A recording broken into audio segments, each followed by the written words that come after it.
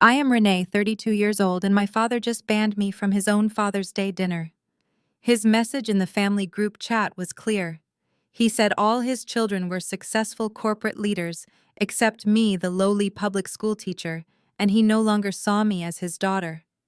I did not argue or cry.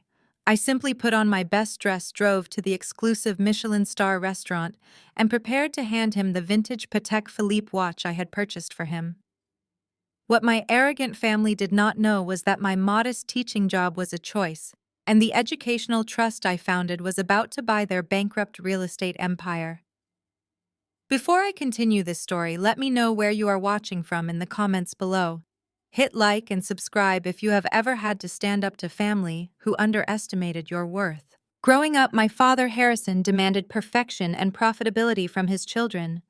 Our home was a massive estate where love was measured by income brackets and designer labels. My older sister Gabrielle and my younger brother Andre played his game perfectly. They joined the family business, drove luxury cars leased on company credit, and looked down on anyone who did not wear a Rolex. I chose a different path. I went to Stanford for law, but instead of joining a cutthroat corporate firm, I became a teacher and community organizer in the underfunded neighborhoods of our city. To my father, this was the ultimate betrayal. He viewed my career as a public embarrassment, a stain on his carefully crafted image as a wealthy real estate mogul. It was a rainy Sunday evening when the notification pinged on my phone. I was sitting in my modest apartment, carefully wrapping the wooden box that held his Father's Day gift. I had spent months tracking down this specific vintage watch because I remembered him admiring it when I was a little girl. I picked up my phone and opened the family group chat. The message from my father was a long block of text. He wrote that he was hosting a private dinner at a very expensive restaurant in the city. He listed the attendees. Gabrielle and her husband Preston were invited. Andre was invited. My mother Yvonne was already there. My name was missing. I typed a quick question asking what time I should arrive. The response was immediate and brutal. My father wrote back that there was no seat for me. He stated that this dinner was for the successful members of the family who actually contributed to their legacy. He said my choice to become a lowly teacher in a bad neighborhood was a disgrace. He finished the message by saying he no longer considered me his daughter because a real daughter would want to elevate the family name, not drag it through the mud. Beneath his message, my sister Gabrielle replied with a laughing emoji. Her husband Preston, a man who married into our family for money and constantly made thinly veiled racist jokes about the neighborhoods I worked in, chimed in. Preston wrote that they did not want me bringing any inner-city dirt into a fine dining establishment. My mother read the messages but said nothing, choosing as always to side with whoever had the most money. Most people would have broken down in tears. Most people would have blocked their numbers and spent the night crying into a pillow. But I did not shed a single tear. I felt a strange sense of absolute clarity. For years I had accepted their emotional abuse. I had allowed them to mock my modest apartment, my reliable sedan, and my lack of designer clothes. They assumed my lifestyle meant I was poor and struggling. They had no idea about the Vanguard Education Trust, the multi-million-dollar organization I had built from the ground up, or the massive private wealth I had accumulated through smart investments while they were busy drowning in debt to maintain their fake appearances. I stood up from my dining table and walked into my bedroom. I bypassed the simple clothes I usually wore to work and reached into the back of my closet. I pulled out a custom-tailored black dress I had bought during a business trip to Milan. I applied my makeup with a steady hand, secured my hair in a sleek style, and slipped on a pair of expensive heels that cost more than my sister's monthly mortgage payment. I picked up the wooden box containing the watch, grabbed my keys, and walked out the door. The drive across the city felt incredibly peaceful. The rain had stopped, leaving the streets slick and reflective under the streetlights. As I drove away from my community and entered the ultra-wealthy downtown district, I thought about the financial files sitting on my desk at work. I knew something my arrogant father and my smug brother-in-law did not. Their real estate empire was heavily leveraged and actively collapsing. Preston had been mismanaging funds for years, and my father was desperately trying to secure loans to cover their massive deficits. They were bleeding cash, putting up a front of extreme wealth while secretly dodging creditors. I pulled up to the valet stand in front of the restaurant. The valet took one look at my sensible sedan and hesitated, but I handed him a $50 bill and stepped out into the crisp night air. The heavy glass doors of the restaurant swung open, revealing a world of crystal chandeliers, hushed conversations, and extreme luxury. The maitre d' approached me immediately, a polite but questioning look on his face. I gave him my father's name and watched his expression shift to one of deep respect. He gestured for me to follow him through the dining room. I walked slowly, the soft clicking of my heels muffled by the thick carpet. I kept my posture perfectly straight, my chin held high. I could see them in the back of the room, sitting at a large private table bathed in warm light. My father was holding a glass of expensive wine, laughing loudly at something Preston had just said. Gabrielle was examining her nails and my mother was looking around the room to see who was watching them. They looked like the perfect wealthy family. They looked untouchable. They did not notice me until I was standing directly next to the table. The laughter died in my father's throat. Gabrielle lowered her hand, her eyes widening as she took in my designer dress, and the confident look on my face. Preston shifted uncomfortably in his seat, the smug smile melting away. The silence that fell over the table was thick and suffocating. I did not raise my voice and I did not look angry. I simply looked at the man who had just disowned me over a text message, and I smiled. I pulled an empty chair from the adjacent table and positioned it directly across from my father. The screech of the wooden legs against the marble floor echoed through our section of the restaurant, causing several nearby diners to turn their heads in our direction. My father gripped his wine glass so tightly, I thought the crystal might shatter in his hand. His face flushed with a mixture of embarrassment and rage as he leaned forward. He hissed under his breath, asking what on earth I thought I was doing, showing up here after he explicitly told me I was not welcome at his table. Before I could even formulate a response, Gabrielle let out a sharp, condescending sigh. She leaned back in her chair and crossed her arms, looking me up and down with intense scrutiny. She noted my dress and immediately assumed it was a cheap knockoff. She laughed softly and told me that coming to a place like this, in whatever thrift store outfit I managed to put together, was a new low even for me. She reminded me that this restaurant had a strict dress code and suggested I was making the entire family look like a charity case. She went on to boast about her own designer outfit, mentioning how much her silk blouse cost, and rubbing it in my face that success actually looked like something tangible. I kept my expression perfectly neutral as the waiter nervously approached our table to pour water.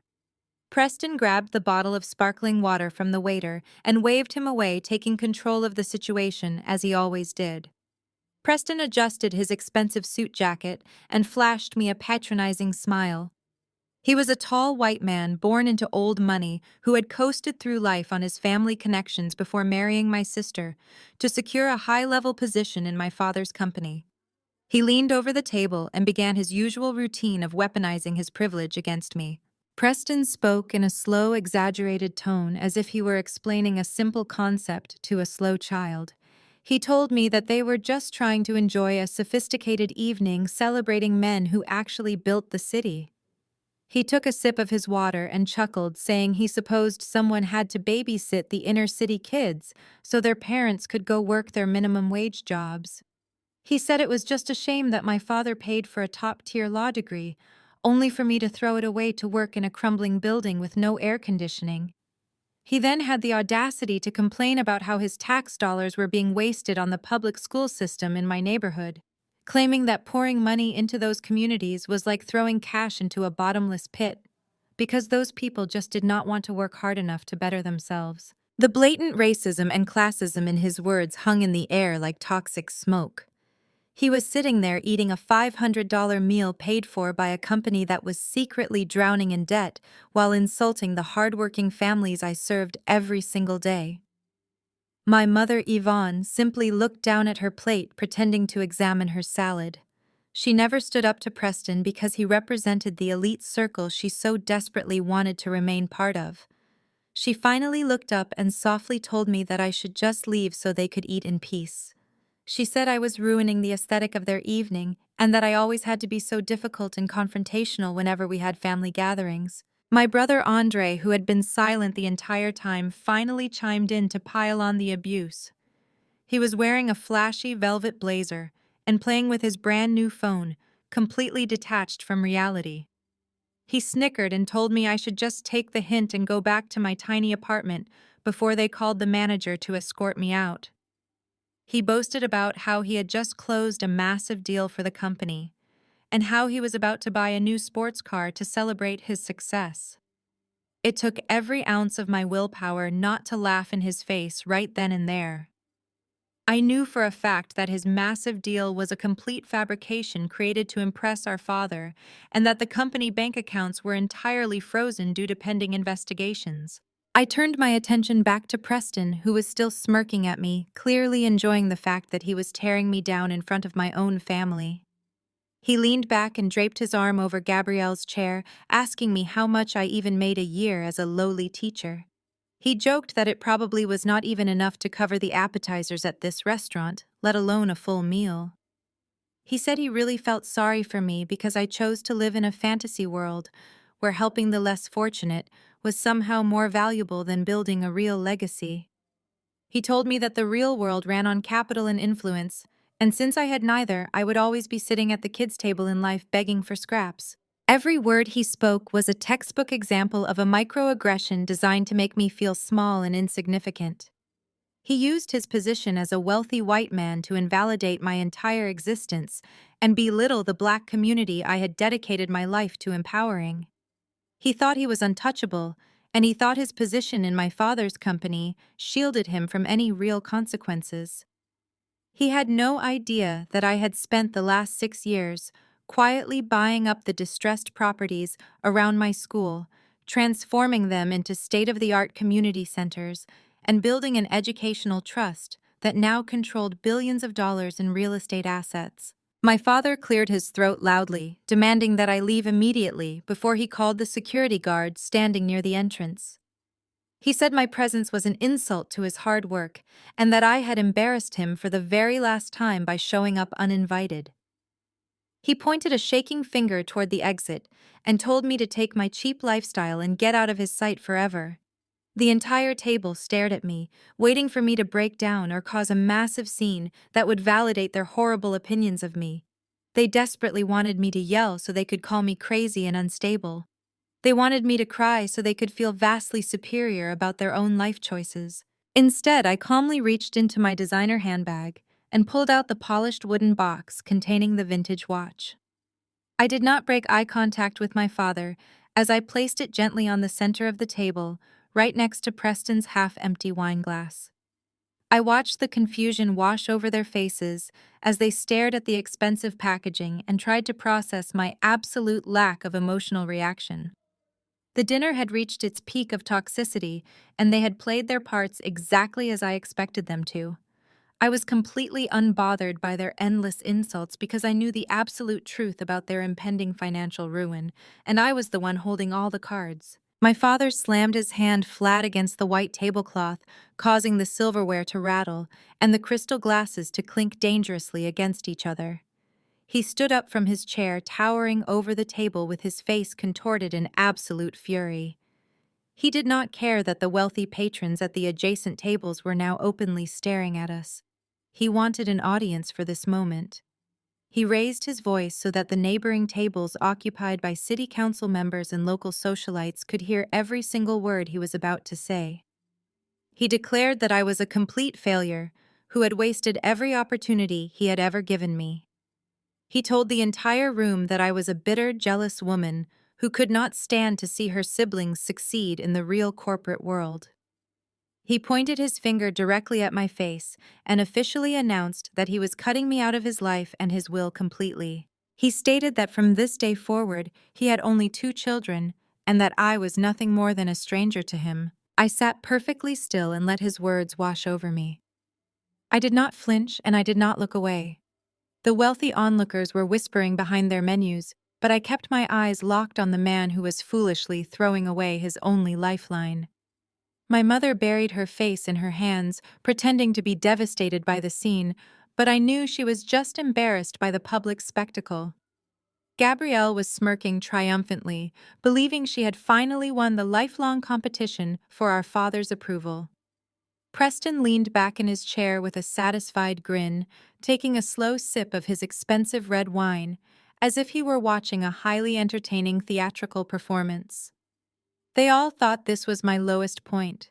They thought I was a defeated woman about to run out of the restaurant in tears. Instead, I slowly pushed the polished wooden box across the table until it stopped right in front of my father. I told him that I had come here simply to deliver his Father's Day gift. My father looked down at the box with deep suspicion. He slowly reached out and opened the lid. The soft restaurant lighting caught the gleaming face of the vintage Patek Philippe watch resting on the velvet cushion. It was the exact model he had been trying to track down for over a decade. The price tag of that single watch was easily worth more than the luxury cars my siblings were driving. The triumphant smirk completely vanished from Gabrielle's face as she leaned in to get a closer look at the timepiece. She knew immediately that a lowly public school teacher could never afford something of that magnitude on a public servant salary. The collective confusion at the table was palpable. I stood up from my chair and smoothed the front of my designer dress. I looked at my father and told him to consider the watch a parting gift from the stranger he just disowned. I said it was a token of my appreciation for showing me exactly who he really was before I made the mistake of bailing his failing company out of bankruptcy. My father scoffed and told me I was speaking absolute nonsense. He puffed out his chest and proudly proclaimed that his real estate firm was having its most profitable quarter in family history. He said my jealousy was making me delusional. I turned my attention directly to Preston, who was still holding his wine glass. I kept my voice calm and conversational, but loud enough for the neighboring tables to hear perfectly. I asked Preston why he had not told his father-in-law about the East Side condo project. Preston's face instantly drained of all color. His smug smile dissolved into a mask of pure terror. His hand began to tremble so violently that a few drops of red wine sloshed over the rim of his glass and stained the pristine white tablecloth. I watched the panic spread through his eyes as he realized I knew his darkest secret. I continued speaking, letting the words hang heavily in the quiet dining room. I explained that the East Side condo project was entirely underwater and that the bank had secretly initiated foreclosure proceedings last Tuesday.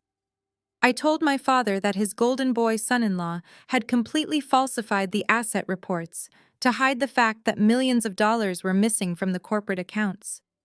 I detailed how Preston had taken out massive predatory loans using my father's personal estate as collateral without telling anyone in the family.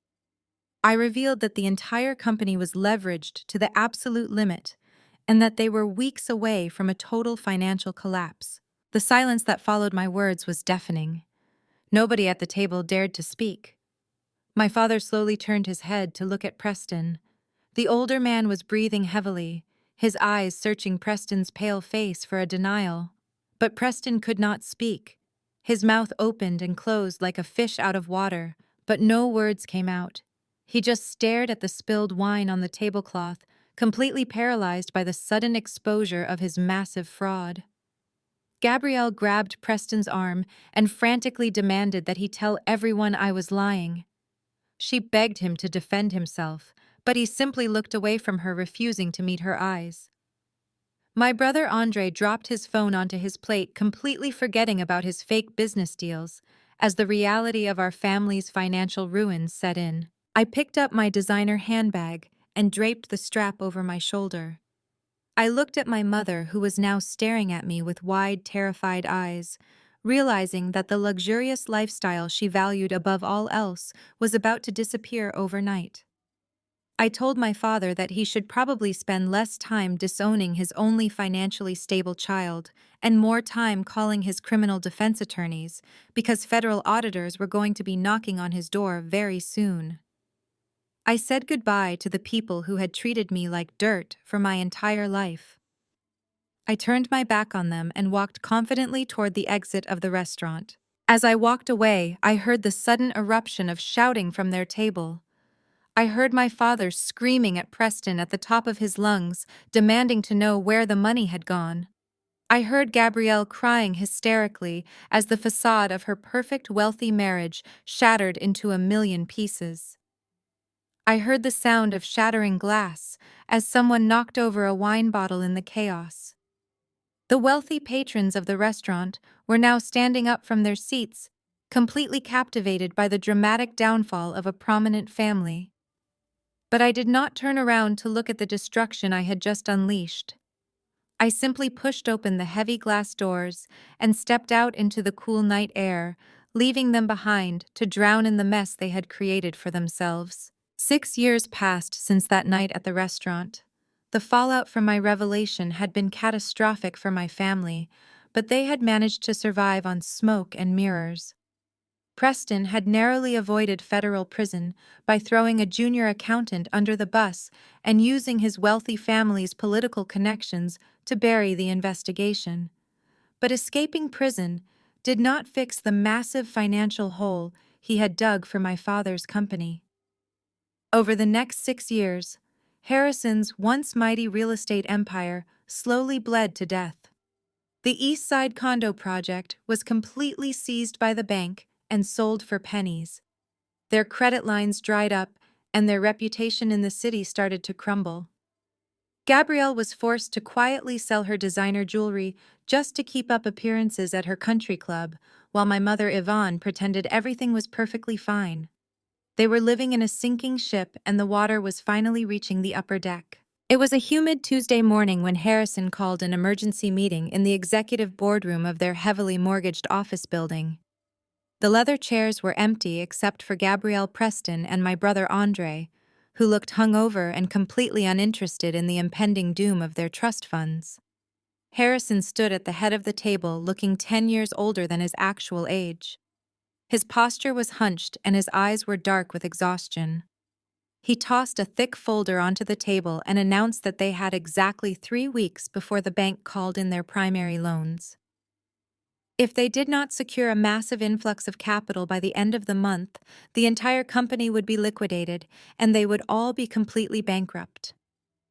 The legacy he had sacrificed his own daughter to protect was about to be erased from the city forever. Gabrielle panicked immediately. Her voice trembled as she asked Preston how he could let this happen after he promised he had fixed the accounting errors. Preston ignored his wife's distress and leaned forward with a sickeningly confident smirk. He told Harrison not to worry because he had found the perfect lifeline to save them all. He pulled a glossy map from his expensive leather briefcase and spread it out across the mahogany table, pointing to a large highlighted square in the center of the Oakwood district. The Oakwood district used to be a neglected area filled with marginalized communities. But recent city developments had turned it into the most desirable real estate in the entire region. Right in the middle of this gentrifying gold mine sat the old Oakwood Library. It was a massive plot of land that Preston claimed was currently owned by some obscure underfunded educational charity that helped local kids. Preston paced around the boardroom, laying out his dirty scheme with absolute pride. He explained that the charity was probably run by a bunch of bleeding heart social workers who had no idea what commercial real estate was actually worth. The property was easily valued at over $40 million due to the new zoning laws allowing for high-rise luxury apartments, but Preston planned to offer them a mere $1 million. He laughed a harsh, cruel laugh and said, $1 million would seem like a lottery win to a poor charity organization run by people who probably took the bus to work. He insulted the neighborhood, calling it a wasteland that desperately needed his sophisticated touch to become profitable. Gabrielle wiped her eyes and asked what would happen if the charity refused to sell their building to them. Preston smiled a cold, calculating smile that perfectly displayed his arrogant privilege. Preston told the room that he had already played golf with the city mayor and a few corrupt zoning officials who owed his father favors. If the charity rejected their lowball offer, Preston would simply use his political leverage to declare the old library a public nuisance and a safety hazard. He would have the city seize the land through eminent domain, forcing the charity out onto the street with absolutely nothing. Harrison listened to this ruthless, illegal plan and slowly nodded his head in agreement. The moral bankruptcy of stealing land from a charity dedicated to helping disadvantaged youth did not bother him in the slightest. All he cared about was saving his own reputation, keeping his luxury cars in the driveway, and maintaining his status in the elite circles. He immediately authorized Preston to draft the paperwork and prepare the aggressive takeover. Andre finally chimed in, asking if they could get an advance on the projected profits, because his bookie was threatening to break his legs over some unpaid gambling debts. Harrison snapped at Andre, telling him to shut up and act like a man for once in his miserable life. The tension in the room was suffocating, but Preston simply packed up his briefcase, feeling like the absolute savior of the family. Preston boasted that dealing with a poor charity would be like taking candy from a baby. He assumed the people running the organization were uneducated pushovers who would be completely intimidated by a team of aggressive corporate lawyers walking through their doors. He planned to march into their headquarters the very next day and drop the $1 million check on their desk, fully expecting them to cry tears of immense gratitude and hand over the deed without a single question. Gabrielle finally smiled, imagining that her lavish lifestyle was going to be saved by her brilliant white knight husband. They spent the rest of the meeting dreaming about the massive luxury apartment complex they were going to build over the demolished remains of the library.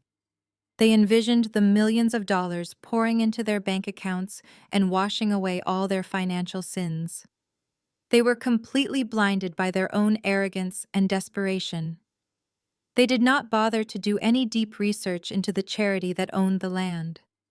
They did not look up the name of the founder or check the board of directors. They simply saw a vulnerable target and prepared to attack it with everything they had. They thought they were the predators circling a helpless prey. They had no idea that for the past 6 years, I had been quietly building the Vanguard Education Trust into an absolute financial fortress. They did not know that the obscure charity they were planning to rob was my organization. They were walking directly into a trap that I had meticulously prepared, and they were entirely too arrogant to see the jaws closing around them. The next morning, Preston insisted they all ride together in Harrison's chauffeur-driven luxury SUV to witness his brilliant negotiation skills firsthand. Gabrielle wore her largest designer sunglasses and a tight pencil skirt, complaining the entire ride about how the air in the Oakwood district always smelled like cheap fry oil and poverty. She dramatically rolled up the tinted windows, claiming she did not want the dust from the crumbling neighborhood to ruin her expensive silk blouse.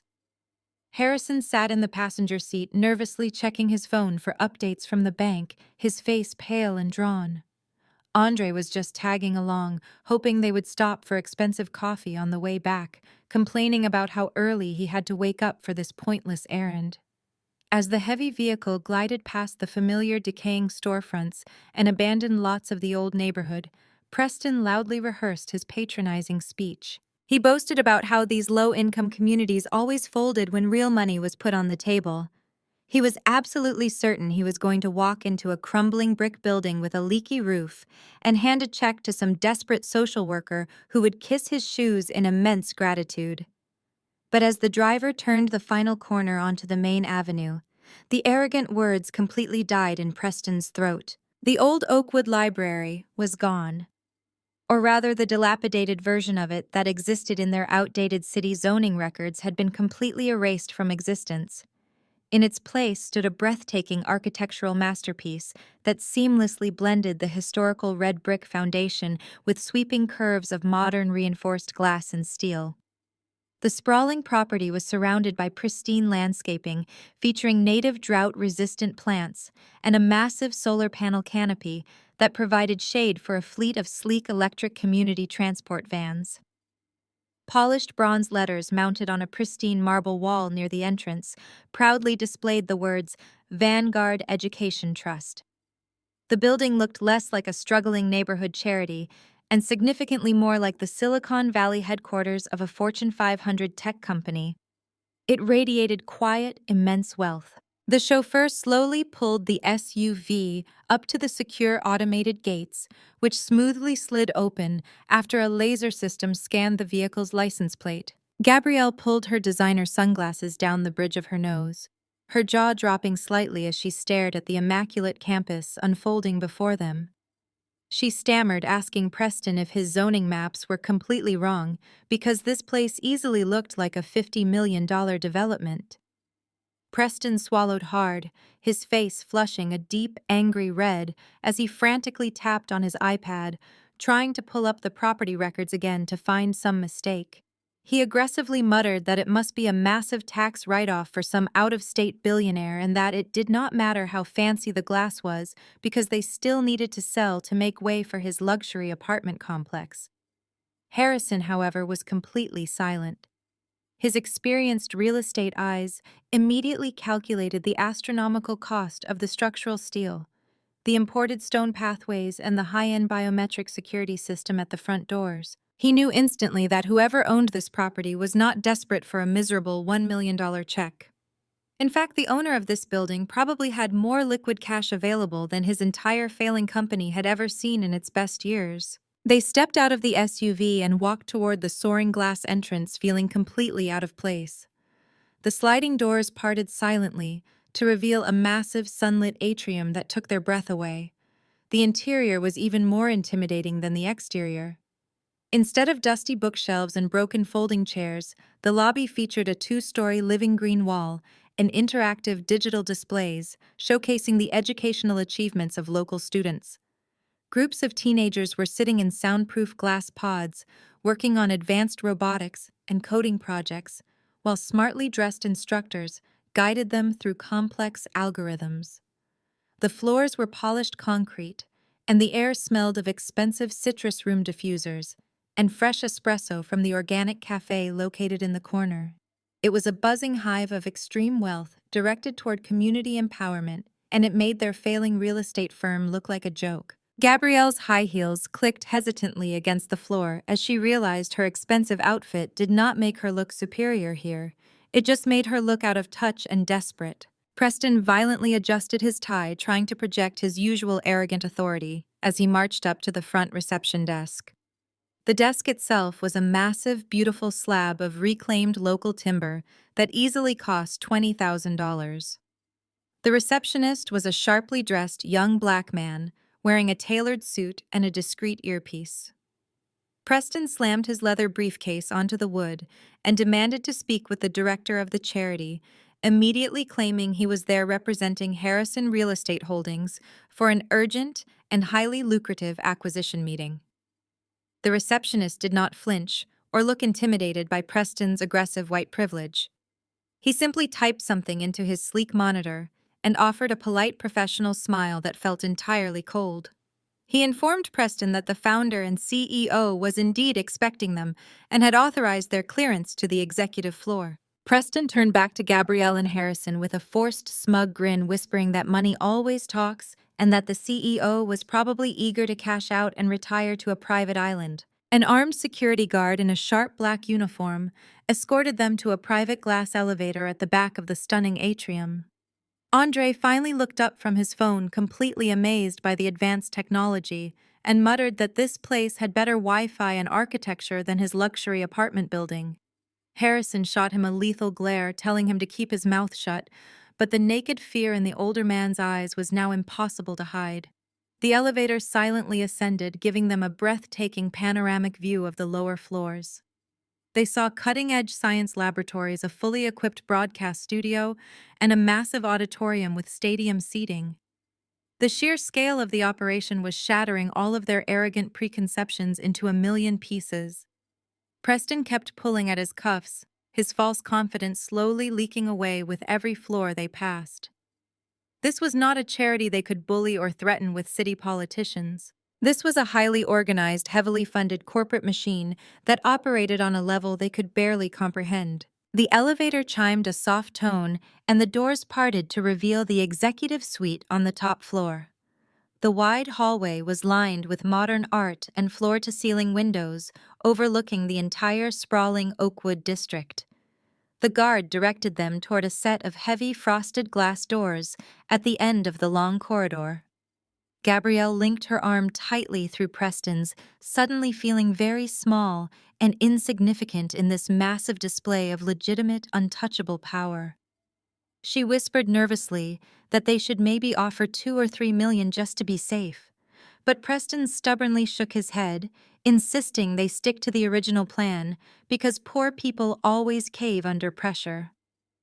He grabbed the thick chrome handle of the heavy door and pushed it open, determined to assert his dominance over whoever was sitting behind that expensive desk.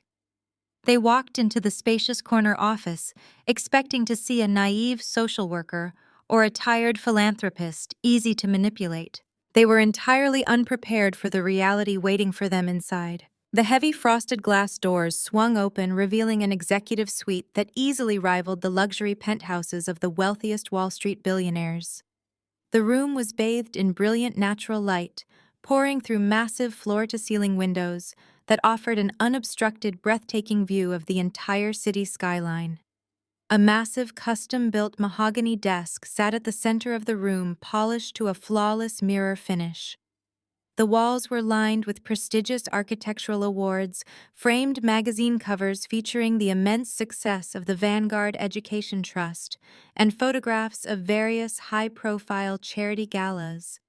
The plush cashmere rug beneath their feet absorbed the frantic clicking of Gabrielle's high heels as she confidently marched into the room, fully expecting to find a soft-spoken, naive charity worker to bully. Instead, the high-backed leather executive chair was turned away from them, facing the sprawling city view. Preston cleared his throat loudly and aggressively, demanding the immediate attention of whoever was sitting in that chair. The thick leather chair slowly swiveled around. I sat there, resting my elbows on the pristine mahogany desk, wearing a sharply tailored ivory designer suit and a calm, collected smile. The collective gasp that escaped their mouths was the absolute sweetest sound I had heard in 6 long years.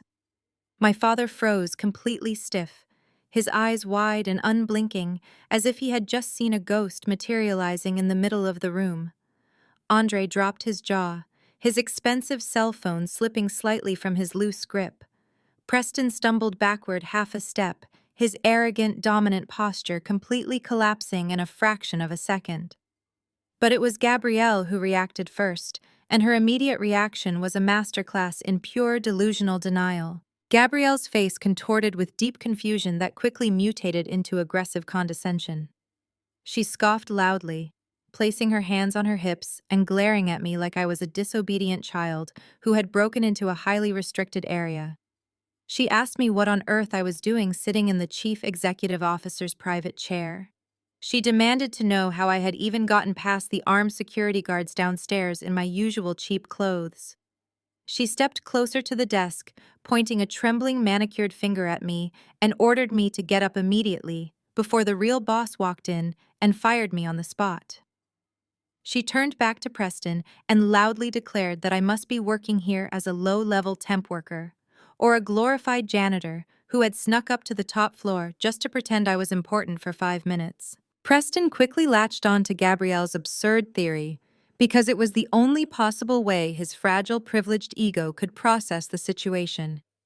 His face regained a fraction of its usual red flush as he aggressively slapped his expensive leather briefcase down on my beautiful desk. He told me to stop playing childish games and go fetch whoever was actually in charge of this massive facility. He said they did not have any time to waste dealing with the disgruntled broke black sheep of the family, who was probably just making photocopies for a living. He commanded me to go make them some coffee and find the real director of the Vanguard Trust because he had $1 million check to hand over and he only wanted to speak to an educated adult. I did not move a single muscle and I did not raise my voice. I simply sat back in my plush chair, steepling my fingers together, and let them continuously embarrass themselves. I looked directly at Preston and told him that there was no one else for him to fetch. I told him that my name was on the building. deed, my name was on the charity charter, and my name was on the corporate bank accounts that currently held more liquid capital than his failing real estate firm had seen in the last 10 years. I calmly informed them that I was the founder, the chief executive officer, and the sole decision-maker of the Vanguard Education Trust. Gabrielle let out a shrill mocking laugh that echoed terribly in the quiet elegance of the room. She frantically shook her head, refusing to accept the reality staring her right in the face. She yelled that there was absolutely no way a lowly public school teacher who lived in a cramped, dirty apartment could build a multi-million-dollar empire in only 6 years. She claimed I was lying, and that I was just the temporary face of some corporate diversity initiative meant to make the real wealthy white donors look good to the press. She leaned heavily over the desk, her voice trembling with intense jealousy and unchecked rage, telling me that I was nothing and that I would always be nothing compared to her. She demanded that I show them the real legal paperwork because she knew I was completely incapable of running anything more complicated than a neighborhood bake sale. While Gabrielle and Preston were spiraling into a pathetic display of aggressive denial, my father remained entirely silent. Harrison was a seasoned businessman, and unlike his foolish son-in-law, he knew exactly how to read a room. His terrified eyes slowly scanned the surface of my desk. He saw the framed photographs of me cutting ceremonial ribbons with the state governor. He saw the heavy glass plaques from the Federal Education Board, addressing me directly as Madam Chairwoman.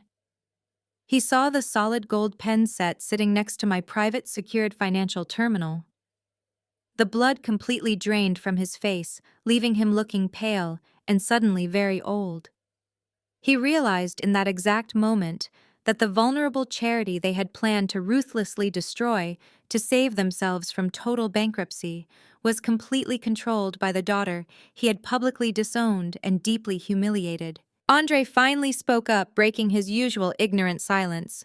He looked around the massive, wealthy office and then looked at me, swallowing nervously. He quietly pointed out to Gabrielle that my full name was literally engraved on the frosted glass door they had just walked through, and that my personal signature was proudly displayed on the bronze founding plaque down in the main lobby. Gabrielle spun around to glare at her brother, telling him to shut his mouth because it simply had to be some kind of elaborate prank. She was hyperventilating now, the designer fabric of her silk blouse rising and falling rapidly, as her perfect, wealthy reality began to fracture completely. She could not handle the horrific idea that the sister she had mocked and belittled her entire life was now sitting on a throne of wealth and power that she could only dream of. Preston slammed his fist on the desk, trying desperately to regain control of the crumbling narrative. He shouted that he did not care whose name was on the door, because money was money and business was business. He aggressively unzipped his briefcase and pulled out the legal contract for the property acquisition. He shoved the thick stack of paperwork across my pristine mahogany desk directly toward me. He tried to use his booming, authoritative voice, the one he reserved for intimidating contractors and poor tenants. He commanded me to look at the contract and sign it immediately, because $1 million was a very generous offer for a piece of dirt in a rundown ghetto. He told me I should be thanking him on my knees for bailing out my little community center project before it inevitably went bankrupt like everything else in this miserable district. I looked down at the crumpled pieces of paper Preston had just shoved at me. The contract was an absolute insulting joke, filled with predatory clauses and ridiculous one-sided demands. I looked back up at his red, sweaty face and Gabrielle's wild, panicked eyes. They were standing inside my office, inside my building, surrounded by my wealth, and they were still trying to treat me like dirt beneath their shoes.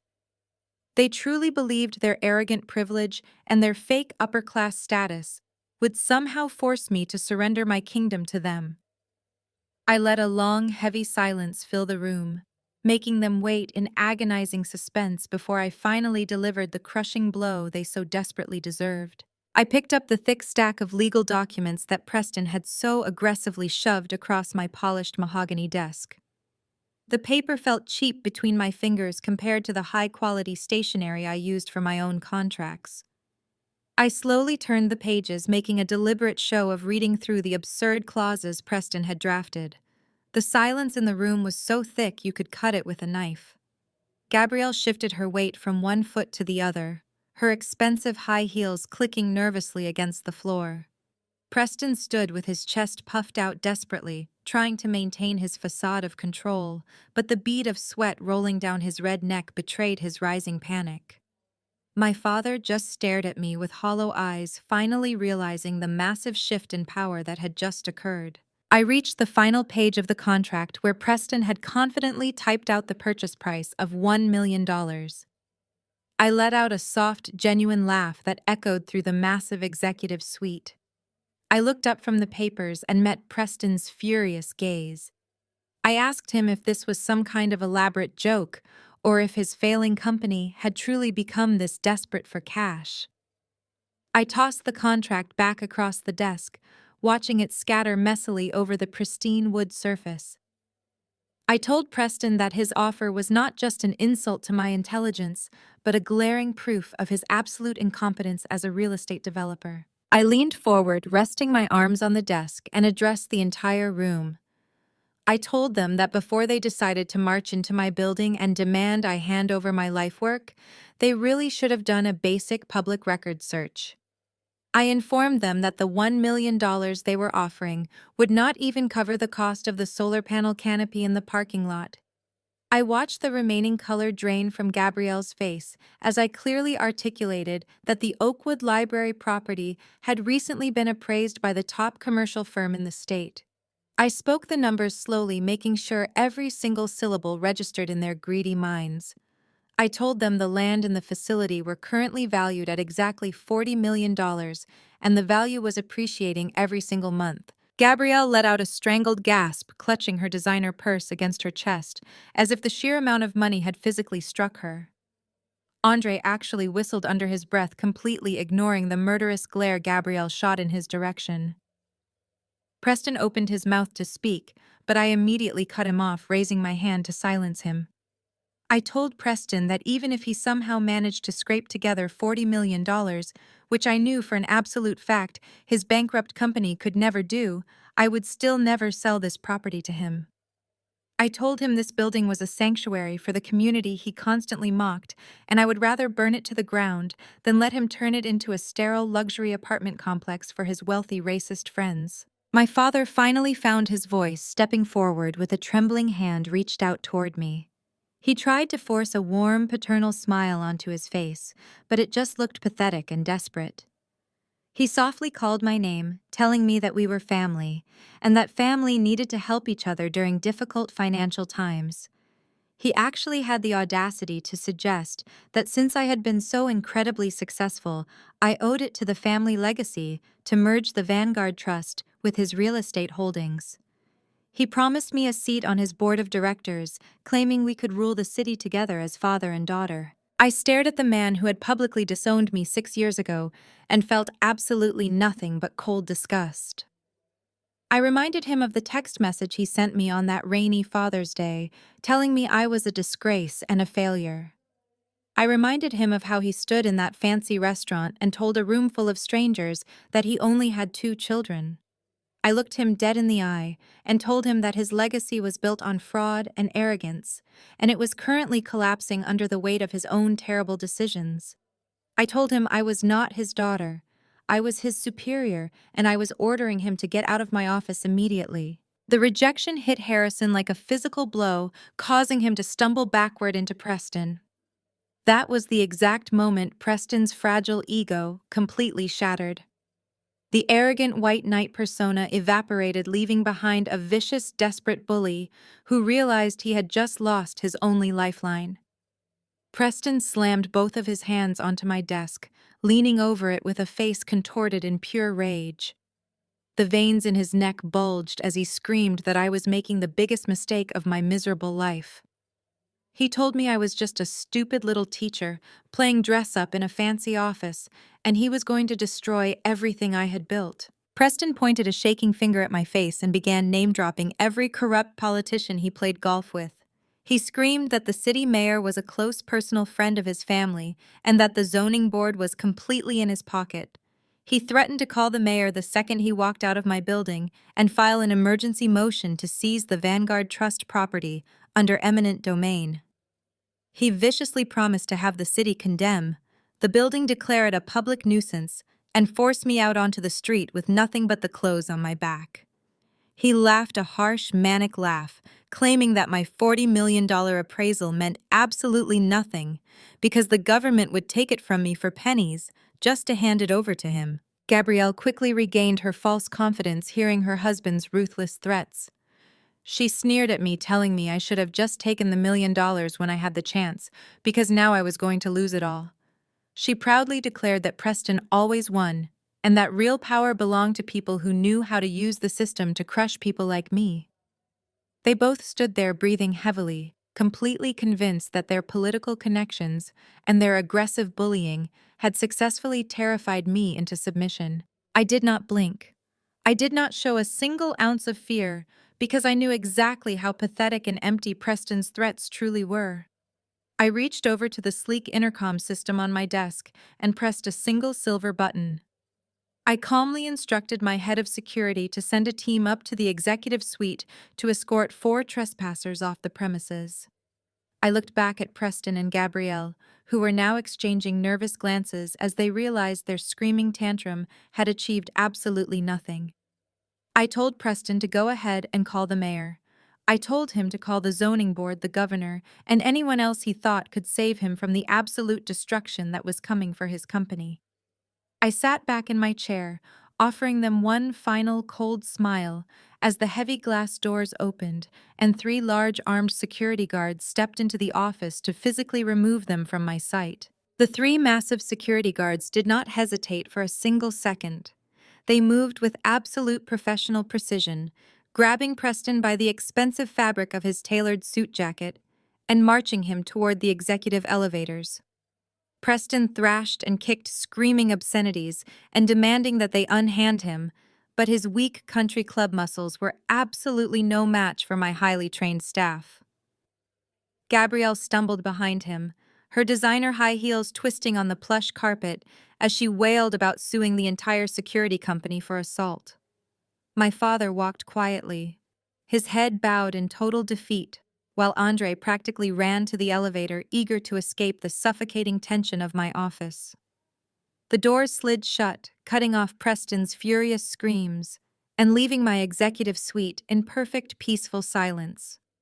I walked over to the floor-to-ceiling window and looked down at the street level. A few moments later, I watched the glass doors of the lobby open, and my family was unceremoniously dumped onto the pristine sidewalk. Preston immediately pulled out his cell phone, his face completely red with rage, pacing back and forth as he began dialing his powerful political connections. He was a cornered rat, relying on the only weapon he had left, which was the corrupt network of wealthy white men who had protected his family for generations. It only took 48 hours for Preston's desperate privilege play to manifest. I arrived at the Vanguard Education Trust on a Thursday morning to find my public relations director waiting nervously by my desk.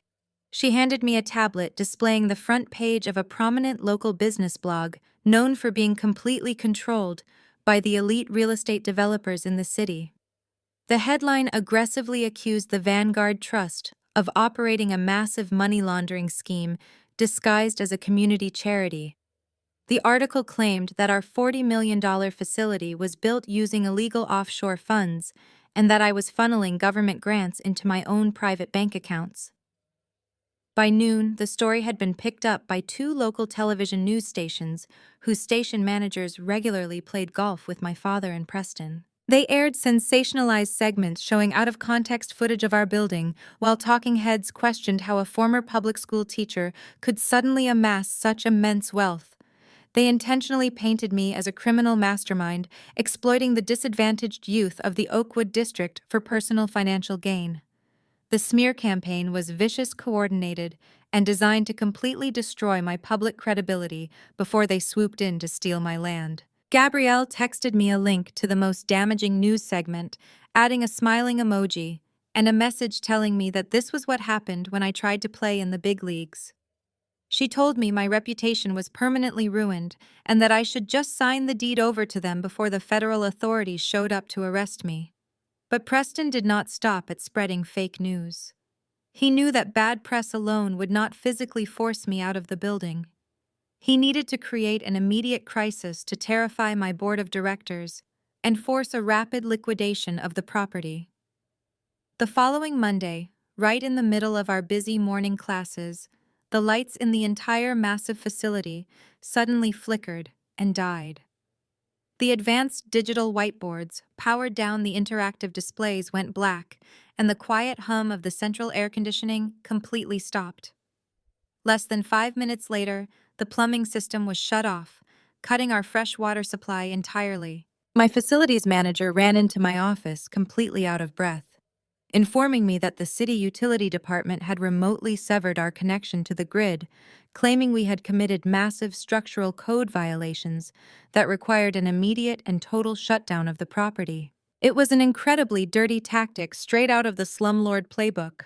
Preston had used his political leverage to bribe the city utility commissioners, forcing a fake emergency shutdown to make our building uninhabitable for the hundreds of students currently inside. He wanted to create a chaotic, terrifying environment to prove that I was completely incapable of managing the facility safely. As my staff scrambled to hand out bottled water and guide the confused teenagers out of the darkened classrooms into the sunlit atrium, my private cell phone rang. It was Preston calling from a blocked number. I answered it and let him speak first. His voice was dripping with pure toxic arrogance.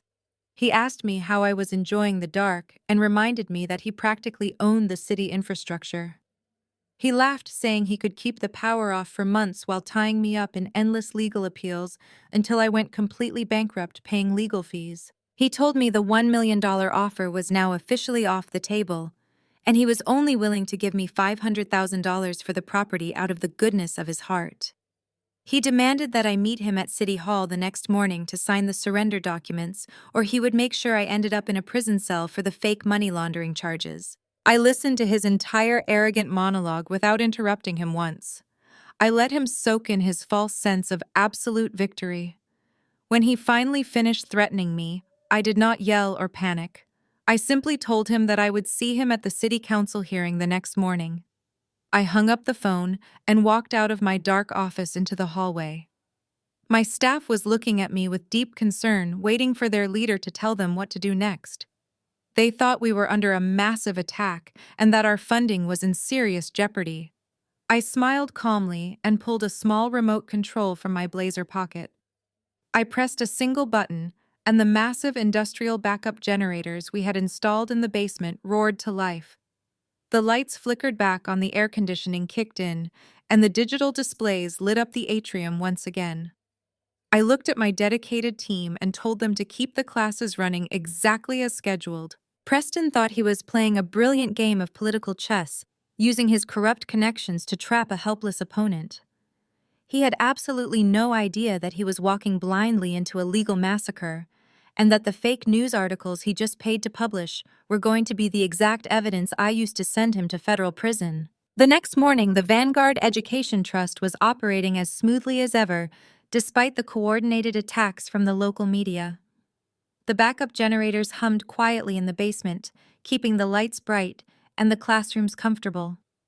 I was sitting at my mahogany desk, reviewing the final legal documents for the city council hearing when the private intercom buzzed. My head of security informed me that my mother Yvonne was standing in the lobby. He said she was crying hysterically and begging the front desk staff to let her see her daughter. I leaned back in my executive chair and considered having her thrown out immediately. Preston and Gabrielle had tried intimidation and brute force, which failed spectacularly. Harrison had tried a pathetic display of fake paternal authority, which also failed. It made perfect sense that they would now send my mother to play the ultimate victim card. I told security to escort her up to the executive suite because I wanted to see exactly how low my family was willing to sink to steal my property. A few minutes later, the heavy frosted glass doors opened and Yvonne stumbled into my office. It was genuinely jarring to see her looking so completely disheveled. My mother was a woman who never left her massive colonial home without perfect hair, a full face of expensive makeup, and a curated designer outfit. Today, however, she looked like a broken woman. Her hair was pulled back into a messy knot, and her mascara was visibly smeared underneath her eyes, as if she had been crying for days. She was wearing a surprisingly modest, oversized cardigan, layered awkwardly over a high-necked silk blouse, and a thick patterned scarf that seemed entirely out of place for the warm summer weather. The moment the doors clicked shut behind her, she let out a loud, theatrical sob and rushed toward my desk. She collapsed into the leather guest chair, burying her face in her hands and shaking violently. She cried out my name, telling me how incredibly sorry she was for everything that had happened over the past 6 years. I did not offer her a tissue, and I did not get up to comfort her. I simply sat there, resting my hands on my desk, watching her perform. Yvonne wiped her eyes, looking up at me with a perfectly crafted expression of maternal desperation. She told me that the family was completely falling apart, and that my father was having severe chest pains from the extreme stress of the impending bankruptcy. She begged me to remember that blood was thicker than water, and that deep down, we all still loved each other. She claimed she had stayed awake all night praying for a way to heal the massive rift in our family. She said she was willing to do whatever it took to bring her little girl back home where she belonged. Her performance was truly Oscar-worthy, filled with trembling lips and dramatic sighs. If I had been the same desperate girl seeking her approval 6 years ago, I might have actually believed her. But I knew this woman cared more about her country club membership than she ever cared about my well-being. After about 10 minutes of endless crying and emotional manipulation, her tone subtly shifted. She leaned forward in her chair, pushing her chest closer to the edge of my desk. She lowered her voice, taking on a conspiratorial, sympathetic tone. She said she saw the terrible news reports on television about the money laundering accusations and the illegal offshore accounts. She reached across the desk, trying to take my hand, but I pulled away. She told me that she knew how hard it was to build a business from the ground up, and that sometimes ambitious people had to bend the rules just a little bit to get ahead. She asked me directly if I had secretly funneled public grant money into private accounts to afford this massive building. She pressed further, asking if I had bypassed the city zoning laws by bribing local officials to get the construction permits approved. She kept repeating that I could tell her the truth because she was my mother, and she would never judge me for doing whatever it took to survive in a cutthroat corporate world. Her questions were incredibly specific and entirely unnatural for a woman who barely understood how a checking account worked. I watched her closely as she spoke. I noticed that every time she asked one of these highly incriminating questions, she would subtly adjust the thick patterned scarf around her neck and push her chest even closer to me. I looked at the large vintage brooch pinned awkwardly to the collar of her silk blouse, right beneath the scarf. It was a cheap, gaudy piece of jewelry that Yvonne would normally rather die than be seen wearing in public. I leaned forward slightly, letting my eyes focus on the dark center of the brooch. Tucked carefully between the fake gemstones, I saw the unmistakable glint of a tiny microphone lens and the faint glow of a microscopic red recording light. A thin black wire ran from the back of the brooch, disappearing underneath the collar of her blouse. The sheer magnitude of her betrayal settled over me like a heavy blanket of ice. My own mother had wired herself for sound and come into my private office to trick me into making a false criminal confession so Preston could hand the tape over to the local news and the federal authorities. I let a long, heavy silence fill the room.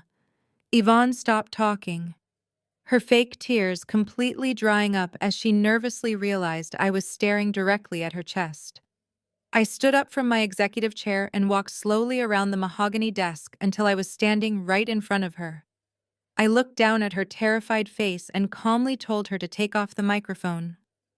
Yvonne froze, her eyes darting frantically around the room as she stammered a pathetic denial, claiming she had no idea what I was talking about. I did not waste time arguing with her. I reached out and firmly grabbed the ugly vintage brooch, ripping it right off the fabric of her silk blouse. The safety pin tore through the expensive material, exposing a small black audio recording device taped directly to her skin. Yvonne gasped in horror, pressing her back hard against the leather chair. I held the small recording device up to my mouth, speaking clearly and directly into the microphone. I addressed Preston by name, telling him that his little espionage mission was a pathetic failure, and that the wiretapping laws in this state meant he'd just committed another felony by trying to record me without my consent. I told him I would be adding this device to the massive pile of evidence I was bringing to the city council hearing tomorrow.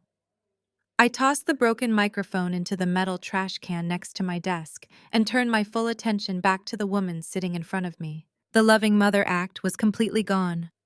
Yvonne's face was twisted into a mask of pure, ugly hatred. She sneered at me, telling me I was a cold, ungrateful monster who was destroying my own family over a stupid grudge. She screamed that I deserved to lose everything because I refused to help the people who gave me life. I looked at her with absolute disgust and told her that she lost the right to call herself my mother the night she sat silently at that restaurant and let a racist thief belittle my existence. I told her she was nothing but a greedy pawn in a failing empire, and that this was the very last time she would ever look at my face. I pressed the security button on my desk and watched without a single ounce of pity as the guards marched into the room and dragged my screaming mother out of my building, permanently erasing her from my life. The next morning, the massive oak doors of the city council chambers swung open, and Preston sat in the front row, looking like a man who had already won the lottery. He was flanked by his expensive corporate lawyers, all wearing identical dark suits and smug expressions. Gabrielle sat right next to him, checking her makeup in a small, compact mirror, completely unbothered by the fact that they were attempting to legally steal a community center. Harrison was seated a few rows back, looking exhausted and nervously tapping his foot against the polished hardwood floor. Preston leaned over to the chief city planner, a man he frequently bought expensive dinners for, and slapped him heartily on the shoulder, laughing loudly about how quickly they were going to bulldoze my building. The room was packed with local reporters who had swallowed Preston's fake news stories, completely ready to document the spectacular downfall of the corrupt teacher who had allegedly stolen millions. The atmosphere was incredibly hostile, heavily stacked in favor of the wealthy white developer who believed the entire city operated solely for his personal benefit. The city council president banged his gavel, demanding order in the chamber. He cleared his throat and announced the emergency motion to seize the Vanguard Education Trust property under the doctrine of eminent domain. He read from a prepared statement citing massive structural code violations and severe financial irregularities based on the anonymous tips Preston had manufactured. Preston stood up, buttoning his suit jacket, and walked confidently to the podium. He gave a deeply patronizing speech about how his development company was merely stepping in to save the Oakwood district from a massive public hazard. He claimed that removing my charity was an absolute necessity for the safety and economic growth of the city. He spoke about the disadvantaged community as if they were a disease that his luxury apartments were going to magically cure. The corrupt council members nodded along sympathetically, completely ignoring the fact that they had cut the power to a building full of children just 24 hours earlier. When Preston finished his speech, he turned to look at the empty chairs reserved for the defense. He offered a cruel, victorious smile, expecting the council to immediately vote in his favor because I had failed to show up. But right before the council president could call for a vote, the heavy oak doors at the back of the chamber slowly groaned open. The entire room fell dead silent as I walked down the center aisle. I was wearing a sharply tailored charcoal gray suit, holding a single thin leather folder. But it was not my presence that caused the reporters to frantically start taking photos, and the council members to suddenly look incredibly nervous. It was the four people walking directly behind me. They moved with absolute precision and undeniable authority, radiating the kind of intense legal power that completely dwarfed Preston's generic corporate team. I took my place at the defense table, and my legal team seamlessly arranged themselves around me. Gabrielle dropped her compact mirror into her purse, leaning forward and squinting her eyes, trying to recognize the faces of the lawyers standing next to me. Preston gripped the edge of his table, his knuckles turning completely white. The lead attorney on my right stepped forward to the microphone. He was a tall, impeccably dressed black man in his early 30s with a presence that commanded absolute respect from the entire room. He introduced himself as Marcus Cole, senior partner at one of the most ruthless and successful corporate litigation firms on the East Coast. Gabrielle gasped audibly, recognizing his name from a recent high-profile Supreme Court victory that had dominated the national news for weeks. Marcus did not look at the corrupt city council members. He looked directly at Preston. He spoke with a smooth, devastatingly calm voice, explaining that he was not just representing the Vanguard Education Trust as legal counsel, but as a proud alumnus. He turned to the council and stated that 15 years ago, he was a homeless teenager, sleeping on the streets of the Oakwood district, before a lowly public school teacher named Renee gave him a safe place to study, paid for his college applications, and helped him secure a full scholarship to Harvard Law School. The second attorney, a brilliant Hispanic woman named Elena, stepped forward, introducing herself as a former student who was now the managing director of a massive private equity firm in New York. The other two attorneys, both incredibly successful professionals with similar backgrounds, introduced themselves effectively, dismantling Preston's entire narrative that I was exploiting the community. The reporters in the room began scribbling furiously, completely changing the angle of their story. They were no longer watching the downfall of a corrupt teacher. They were witnessing the ultimate return on investment of a woman who had dedicated her life to empowering marginalized youth.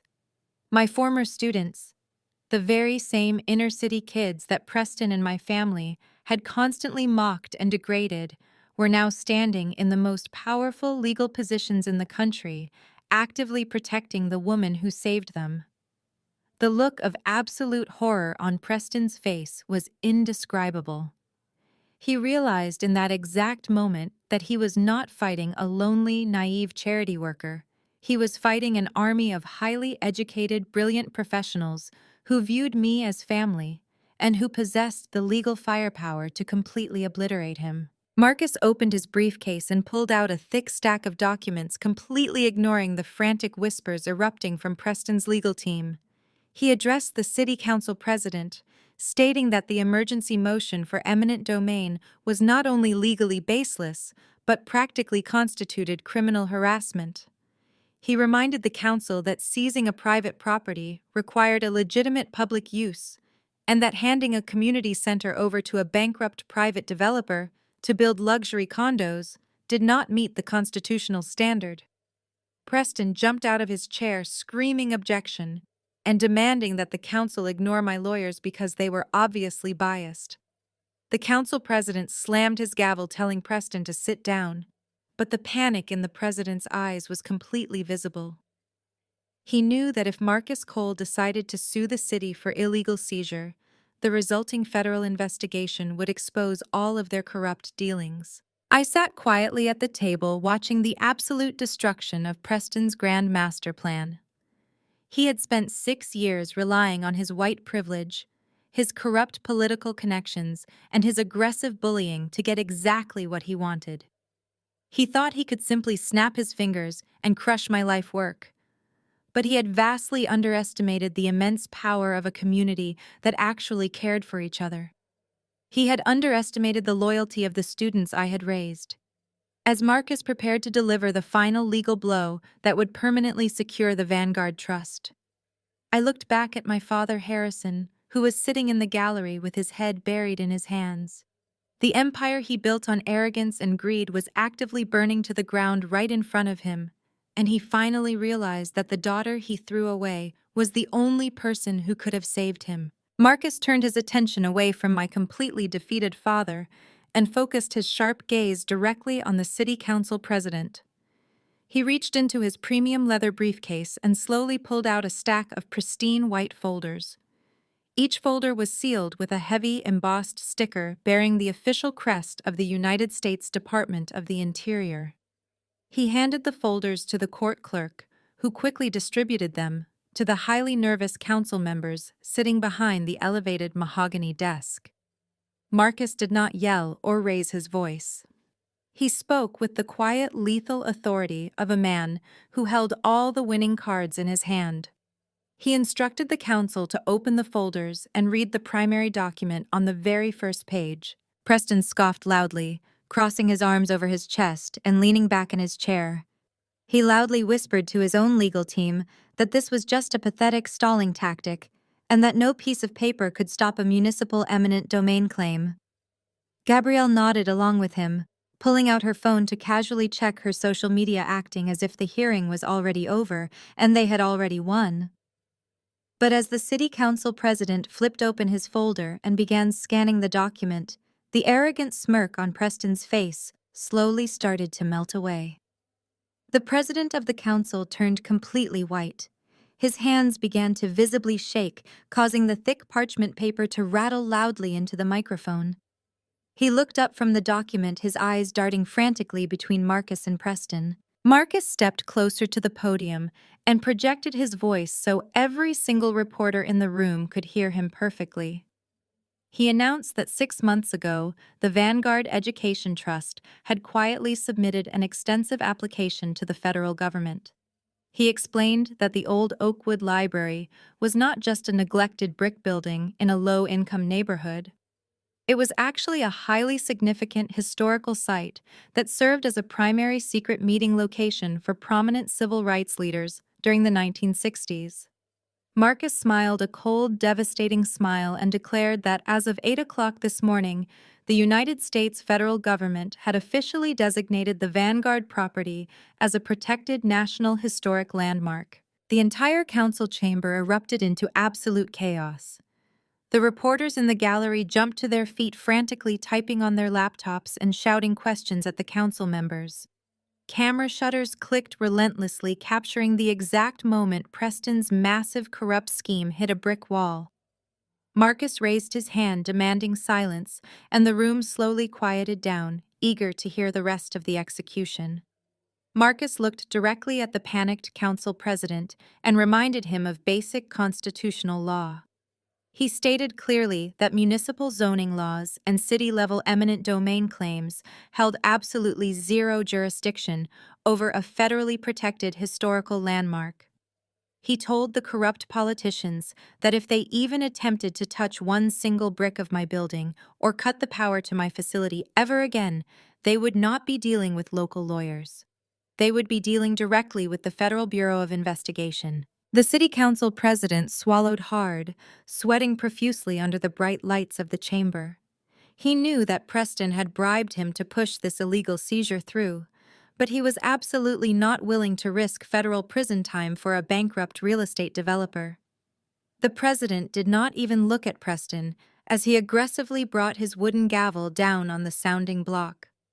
His voice cracked nervously as he announced that the emergency motion for eminent domain was completely legally baseless and immediately dismissed. He declared the hearing adjourned and practically ran out of the back door of the chamber, desperate to distance himself from Preston's toxic sinking ship. Preston completely lost his mind. He jumped out of his chair, knocking it backward onto the hard wooden floor. He screamed at his high-priced corporate lawyers, demanding that they do something, demanding that they file an immediate injunction or call the state governor. His lawyers simply packed up their briefcases, refusing to make eye contact with him. They knew a federal block was absolute, and they were already calculating how fast they could drop him as a client before his legal fees bounced. Gabrielle stood up, looking wildly around the room, completely confused by the legal jargon. She grabbed Preston's arm, asking him why the council president was leaving and when they were going to get the deed to the property. Preston violently shoved her hand away, his face contorted in an ugly mask of pure, unadulterated panic. I stood up from the defense table, casually buttoning my charcoal gray suit jacket. My former students flanked me, their faces reflecting immense pride and quiet victory. We did not celebrate or gloat. We simply gathered our files and began walking down the center aisle of the chamber toward the heavy oak exit doors. But Preston could not let it go. His fragile, privileged ego could not handle being publicly humiliated and utterly defeated by the woman he had spent years treating like garbage. He shoved his way past the reporters and intentionally stepped directly into my path, blocking the aisle. He was breathing heavily, his expensive suit wrinkled and stained with sweat. He pointed a shaking finger just inches from my face and hissed at me through gritted teeth. He told me that I had just made the biggest mistake of my miserable life. He claimed that his holding company was a massive corporate giant with unlimited resources and that he was going to spend every single penny he had to destroy me. He promised to tie me up in endless civil litigation, drain my charity accounts, and personally ensure that I never worked in this city ever again. He was completely unhinged, running purely on desperation and toxic pride. I did not step back. I did not flinch. I simply looked at his shaking finger and let out a soft, genuine laugh. I stepped closer to him, invading his personal space and forcing him to look directly into my eyes. I kept my voice incredibly low, so only he and Gabrielle could hear the absolute destruction I was about to unleash. I asked Preston if he had bothered to check the global financial terminals before he came to court this morning to bully me. Preston furrowed his brow, his arrogant threats catching in his throat. I smiled sweetly and explained that over the past 48 hours, the open market had experienced some highly unusual activity regarding his specific corporate assets. I told him that a quiet, anonymous shadow buyer operating through a complex web of offshore private equity firms had been aggressively buying up every single piece of his company's distressed debt and outstanding public shares. I watched his pupils dilate as the financial reality began to slowly dawn on him. I leaned in just a fraction closer and whispered that exactly 1 hour ago, the shadow buyer finalized the hostile takeover, acquiring precisely 65% of his entire holding company. I watched the last remaining drop of arrogance vanish from his eyes as I casually mentioned the name of the private equity firm. It was a subsidiary explicitly owned and entirely controlled by the Vanguard Education Trust.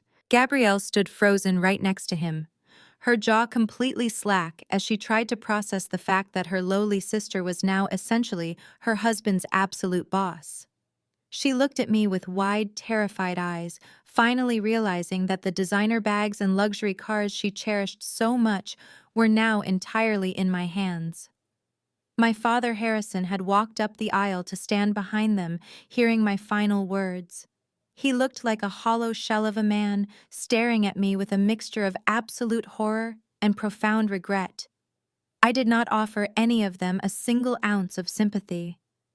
I simply stepped around Preston's paralyzed body, pushed open the heavy oak doors, and walked out of the city council building into the bright, warm sunlight, leaving them suffocating in the dark shadow of their own spectacular ruin. The ride back to the corporate office was completely suffocating.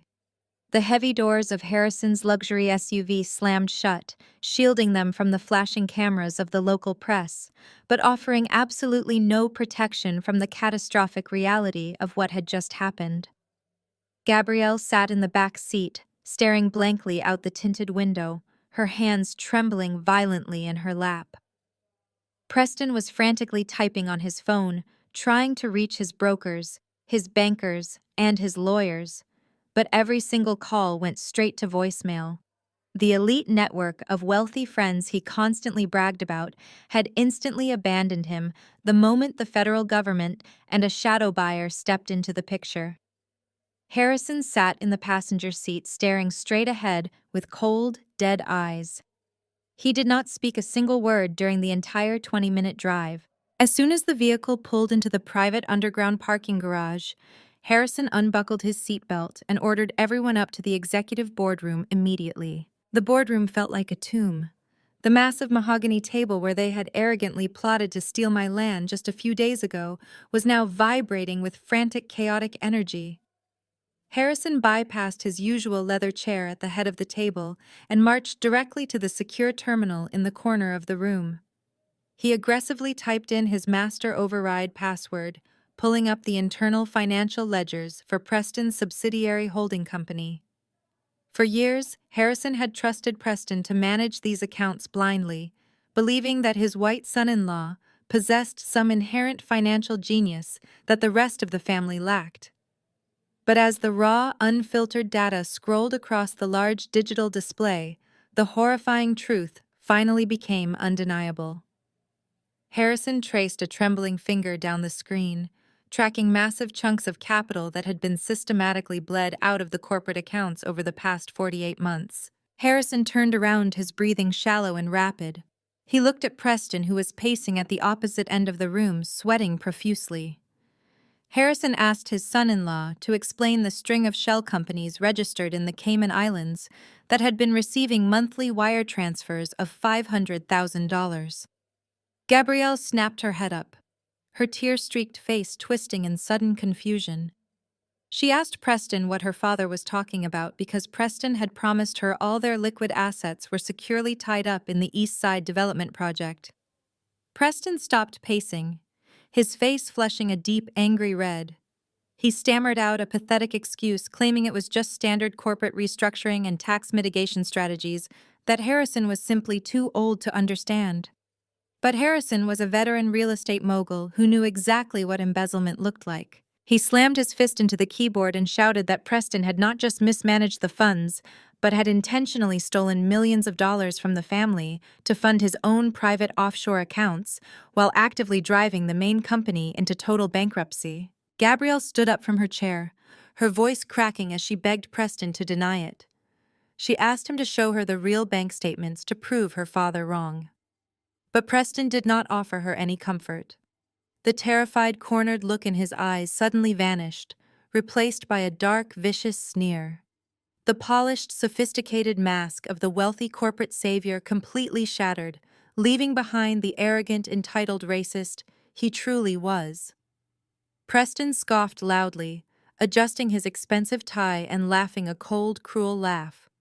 He looked directly at Harrison and asked him if he honestly thought a man of his pedigree and social standing would marry into a family like theirs just for love. The room went dead silent. Andre, who had been hiding in the corner playing on his phone, slowly lowered his hands, completely stunned by the venom in Preston's voice. Preston began to pace the length of the boardroom, his voice dripping with absolute disgust. He told Harrison that without him, this entire real estate firm would still be nothing but a low-level operation flipping cheap houses in the ghetto. He screamed that the only reason the elite country clubs, the city mayor, and the wealthy white investors ever gave Harrison the time of day was because Preston was standing in the room validating their existence. He looked at Gabrielle, who was openly sobbing now, and told her she was nothing but an overpriced accessory, a desperate woman playing dress-up in a world she never truly belonged in. He unleashed years of hidden resentment and deep-seated racism, telling them that he deserved every single penny he took because he had to endure the absolute misery of associating with a family of uncultured, aggressive social climbers who thought money could somehow buy them class. Preston spat out the words like poison, claiming that my sudden rise to power was just a fluke, a temporary glitch in the system that he would eventually fix. He told Harrison that he should be thanking him for elevating the family name instead of whining about a few $1,000,000 shifting accounts. Harrison stood completely frozen behind the terminal, the absolute crushing weight of his life choices pressing down on his chest. He had spent his entire life trying to assimilate into Preston's elite world. He had publicly disowned his own flesh and blood, his brilliant, loyal daughter, because she chose to teach Black children instead of chasing white corporate validation. He had allowed this vicious parasite into his home, handed him the keys to his empire, and smiled while Preston constantly insulted our community. And this was his reward: a bankrupt company, a shattered family, and a son-in-law who viewed him as nothing more than a wealthy bank to be drained and discarded. Gabrielle let out a guttural scream of pure agony, lunging across the boardroom table toward her husband. She grabbed the lapels of his expensive suit, hitting his chest, and screaming that she gave him everything. Preston violently shoved her backward, sending her crashing into the heavy leather chairs. Andre finally stepped forward, shouting at Preston to get his hands off his sister, but Preston just laughed in his face, calling him a pathetic, weak little boy who would be living on the streets by the end of the month. Preston calmly straightened his suit jacket, grabbed his leather briefcase, and walked toward the heavy boardroom doors. He looked back one final time at the sobbing, broken family he had completely destroyed.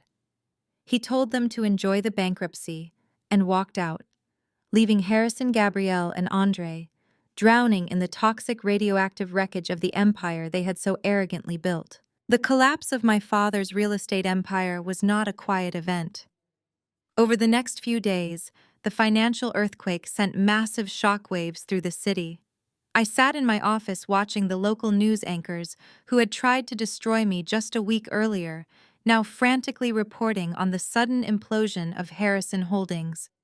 The shadow acquisition by my private equity firm had effectively frozen all of their remaining commercial assets. Their company credit cards were declining at expensive restaurants, and the bank had officially filed the foreclosure paperwork on my parents' massive colonial home. They were drowning in a reality they had spent their entire lives trying to avoid. It was late on a Friday evening when the private intercom on my mahogany desk buzzed softly. The Vanguard Education Trust building was mostly empty except for the night security staff. My head of security spoke through the speaker informing me that my brother Andre was standing in the lobby. He said Andre looked incredibly erratic and was practically begging to speak with me, claiming it was a life-or-death emergency. I considered telling security to throw him out just like I did with our mother, but my curiosity got the better of me. I told them to send him up to the executive suite. When the frosted glass doors opened, I barely recognized the man standing in the doorway. Andre had always prided himself on his flawless appearance, wearing custom velvet blazers and expensive designer sneakers bought with our father's money. He always carried himself with the arrogant swagger of a trust fund kid who had never worked a hard day in his life. But the person standing before me looked completely destroyed. His clothes were wrinkled and stained, his hair was a greasy mess, and his eyes were wild with raw, unfiltered panic. He was trembling so violently that he had to lean against the heavy glass door just to keep himself standing. Andre stumbled into the room, pacing frantically in front of my desk. He did not bother with any fake apologies or pleasantries. He just started rambling at 1,000,000 miles an hour. He told me that his bookies were actively looking for him and that they had already sent heavy enforcers to his luxury apartment. He owed them over $200,000 in illegal gambling debts, and since the family bank accounts were completely frozen, he had absolutely no way to pay them. He fell into the leather guest chair, burying his face in his hands, sobbing that they were going to kill him or break both of his legs if he did not hand over the cash by midnight. He looked up at me with pathetic, pleading eyes, begging me to write him a check. He promised he would pay me back and swore he would change his life if I just saved him this one time. I looked at my brother, feeling absolutely no pity for his self-inflicted misery. I told him that I was not our father, and I was not going to enable his destructive behavior by throwing my hard-earned money into a bottomless pit of gambling debt. I reminded him of the dinner 6 years ago when he sat at that table playing on his phone and laughing while Preston verbally abused me. I told him he had spent his entire adult life acting like he was superior to everyone else, while secretly leeching off a failing company. I leaned forward and told him flatly that I would not give him a single dime of my money and that he needed to leave my office before I called the police. Andre jumped up from the chair, his panic mutating into pure desperation. He realized that crying and begging would not work on me. He reached deep into the pocket of his wrinkled jacket and pulled out a small silver flash drive. He held it up, holding it tightly in his trembling fist like it was a winning lottery ticket. He swallowed hard, his eyes darting around the room before looking back at me. He lowered his voice to a desperate whisper, telling me that he knew exactly how much I hated our father and Preston. He said he had something that would guarantee they both spent the rest of their lives in federal prison. He explained that during the massive screaming match in the boardroom after Preston stormed out, our father had collapsed into a chair in a state of total shock. In the chaos, Harrison had carelessly left his secure administrative terminal unlocked. Andre had stayed behind, pretending to be paralyzed by the argument, but he was actually watching the computer screen. He knew our father kept a master encrypted backup drive hidden in a secret compartment under the boardroom table. Andre had quietly reached under the table, grabbed the drive, and downloaded the entire unfiltered database before slipping out of the building. He told me the flash drive contained every single piece of evidence I would ever need to completely destroy the family legacy forever. Andre placed the silver drive on the edge of my pristine mahogany desk, keeping his hand firmly covering it. He told me it contained 10 years of cooked accounting books, fraudulent tax returns, fake property appraisals, and detailed records of the offshore accounts Preston had used to embezzle the money. But more importantly, it proved that Harrison was not just a clueless victim of Preston's fraud. The emails and encrypted memos on the drive clearly showed that my father knew exactly what Preston was doing and had actively helped him hide the stolen money from federal auditors to protect his precious reputation. My father was fully complicit in the massive criminal enterprise. Andre looked at me, his chest heaving with desperate breaths. He said he would give me the master drive right now in exchange for exactly $250,000 in untraceable cryptocurrency transferred immediately to his digital wallet. He said it was the only way he could pay off his violent bookies and buy a one-way plane ticket out of the country before the federal agents raided the family estate. It was the ultimate betrayal. The golden son who had been handed absolutely everything was casually selling his own father out to save his own skin. I stared at the silver flash drive resting on my desk. I did not want to give Andre a single cent, but the information on that drive was the final nail in the coffin I needed to execute my ultimate plan. I opened my secure laptop and logged into my private digital wallet. I told Andre that I would transfer the funds, but he was never to contact me, step foot in my city, or mention my name ever again. He nodded frantically, promising to disappear forever. I typed in the transfer codes and watched the digital confirmation flash on the screen. Andre immediately snatched his phone from his pocket, watching his balance update. He let out a loud gasp of relief, dropping the silver flash drive onto my desk. He did not even say thank you or goodbye. He just turned around and ran out of the office, sprinting toward the elevators to escape the ruin he had helped create. I sat alone in the quiet executive suite, picking up the small silver piece of technology. I plugged it into my secure terminal and bypassed the basic encryption Harrison had foolishly relied on. As the massive folders of illegal documents and damning emails flooded my screen, I realized that the family business was far more rotten than I had ever imagined. My father was planning to host a massive fundraising gala the following night, desperate to secure one final round of investments from local billionaires to fake his way out of bankruptcy. He thought he could still charm his way out of this disaster. He had absolutely no idea that his own son had just handed me the weapon that would publicly execute his fraudulent empire in front of the entire city. The grand ballroom of the Plaza Hotel was bathed in the warm glow of thousands of crystal chandeliers. It was Saturday night, and my father had pulled out every single stop for his final desperate performance. He had drained the absolute last drops of credit he could squeeze from a secondary offshore account just to rent the venue, hire the string quartet, and purchase the cases of imported champagne. The room was decorated in opulent gold and black, designed to project an image of untouchable wealth and stability. But beneath the expensive floral arrangements and the polished silver serving trays, the entire event was nothing but a hollow, desperate lie. Harrison Holdings was a dead company walking, and this gala was my father's last pathetic attempt to find a wealthy donor foolish enough to fund his escape plan. Harrison stood near the entrance, wearing a custom-tailored tuxedo that hung slightly loose on his shrinking frame. His face was pale and covered in a thin layer of nervous sweat, which he constantly dabbed at with a silk handkerchief. He was greeting the arriving guests with a wide, artificial smile, pumping the hands of local billionaires, old money investors, and naive venture capitalists. He laughed too loudly at their jokes and drank his whiskey too fast, trying to drown the suffocating panic rising in his chest. He knew that if he did not secure at least $50 million in capital tonight, the bank would seize everything by Monday morning, and he would be left with absolutely nothing.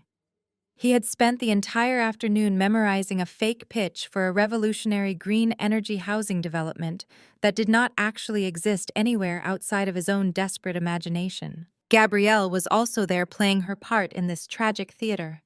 She was wearing a stunning floor-length emerald gown and a diamond necklace that the bank had technically already foreclosed on. But the arrogant fire that usually burned in her eyes was completely extinguished. Preston had abandoned her less than 48 hours ago, taking whatever hidden cash he could carry, and leaving her to face the public humiliation of a shattered marriage and a bankrupt family. She stood near the champagne fountain clutching a delicate crystal flute, looking like a beautiful empty shell. Whenever a wealthy socialite asked her where her charming husband was, Gabrielle forced a plastic smile and recited a rehearsed lie about Preston being away on urgent international business. She was drinking heavily, numbing herself to the reality that her entire identity as a wealthy elite housewife had been completely destroyed. Our mother Yvonne was noticeably absent from the gala. After I kicked her out of my office and exposed her attempt to wiretap me, the sheer embarrassment had caused her to retreat to her bedroom and refuse to come out. Andre was already gone, having used my cryptocurrency to completely vanish from the city and escape his violent bookies. Harrison and Gabrielle were the only two left standing on the deck of the sinking ship, trying to convince the wealthy passengers that the gaping hole in the hull was just a minor scratch. They walked around the ballroom, exchanging terrified glances whenever a guest asked a difficult question about the recent negative press or the sudden freezing of their commercial assets. They blamed the media, they blamed market fluctuations, and they blatantly lied through their teeth to keep the illusion alive. As the evening progressed, the string quartet stopped playing, and the heavy velvet curtains at the front of the ballroom parted to reveal a massive digital projection screen. Harrison confidently walked up the carpeted steps to the center stage, tapping the microphone to command the attention of the elite crowd. He looked out over the sea of wealthy investors, taking a deep breath before launching into the most elaborate and criminal presentation of his entire career.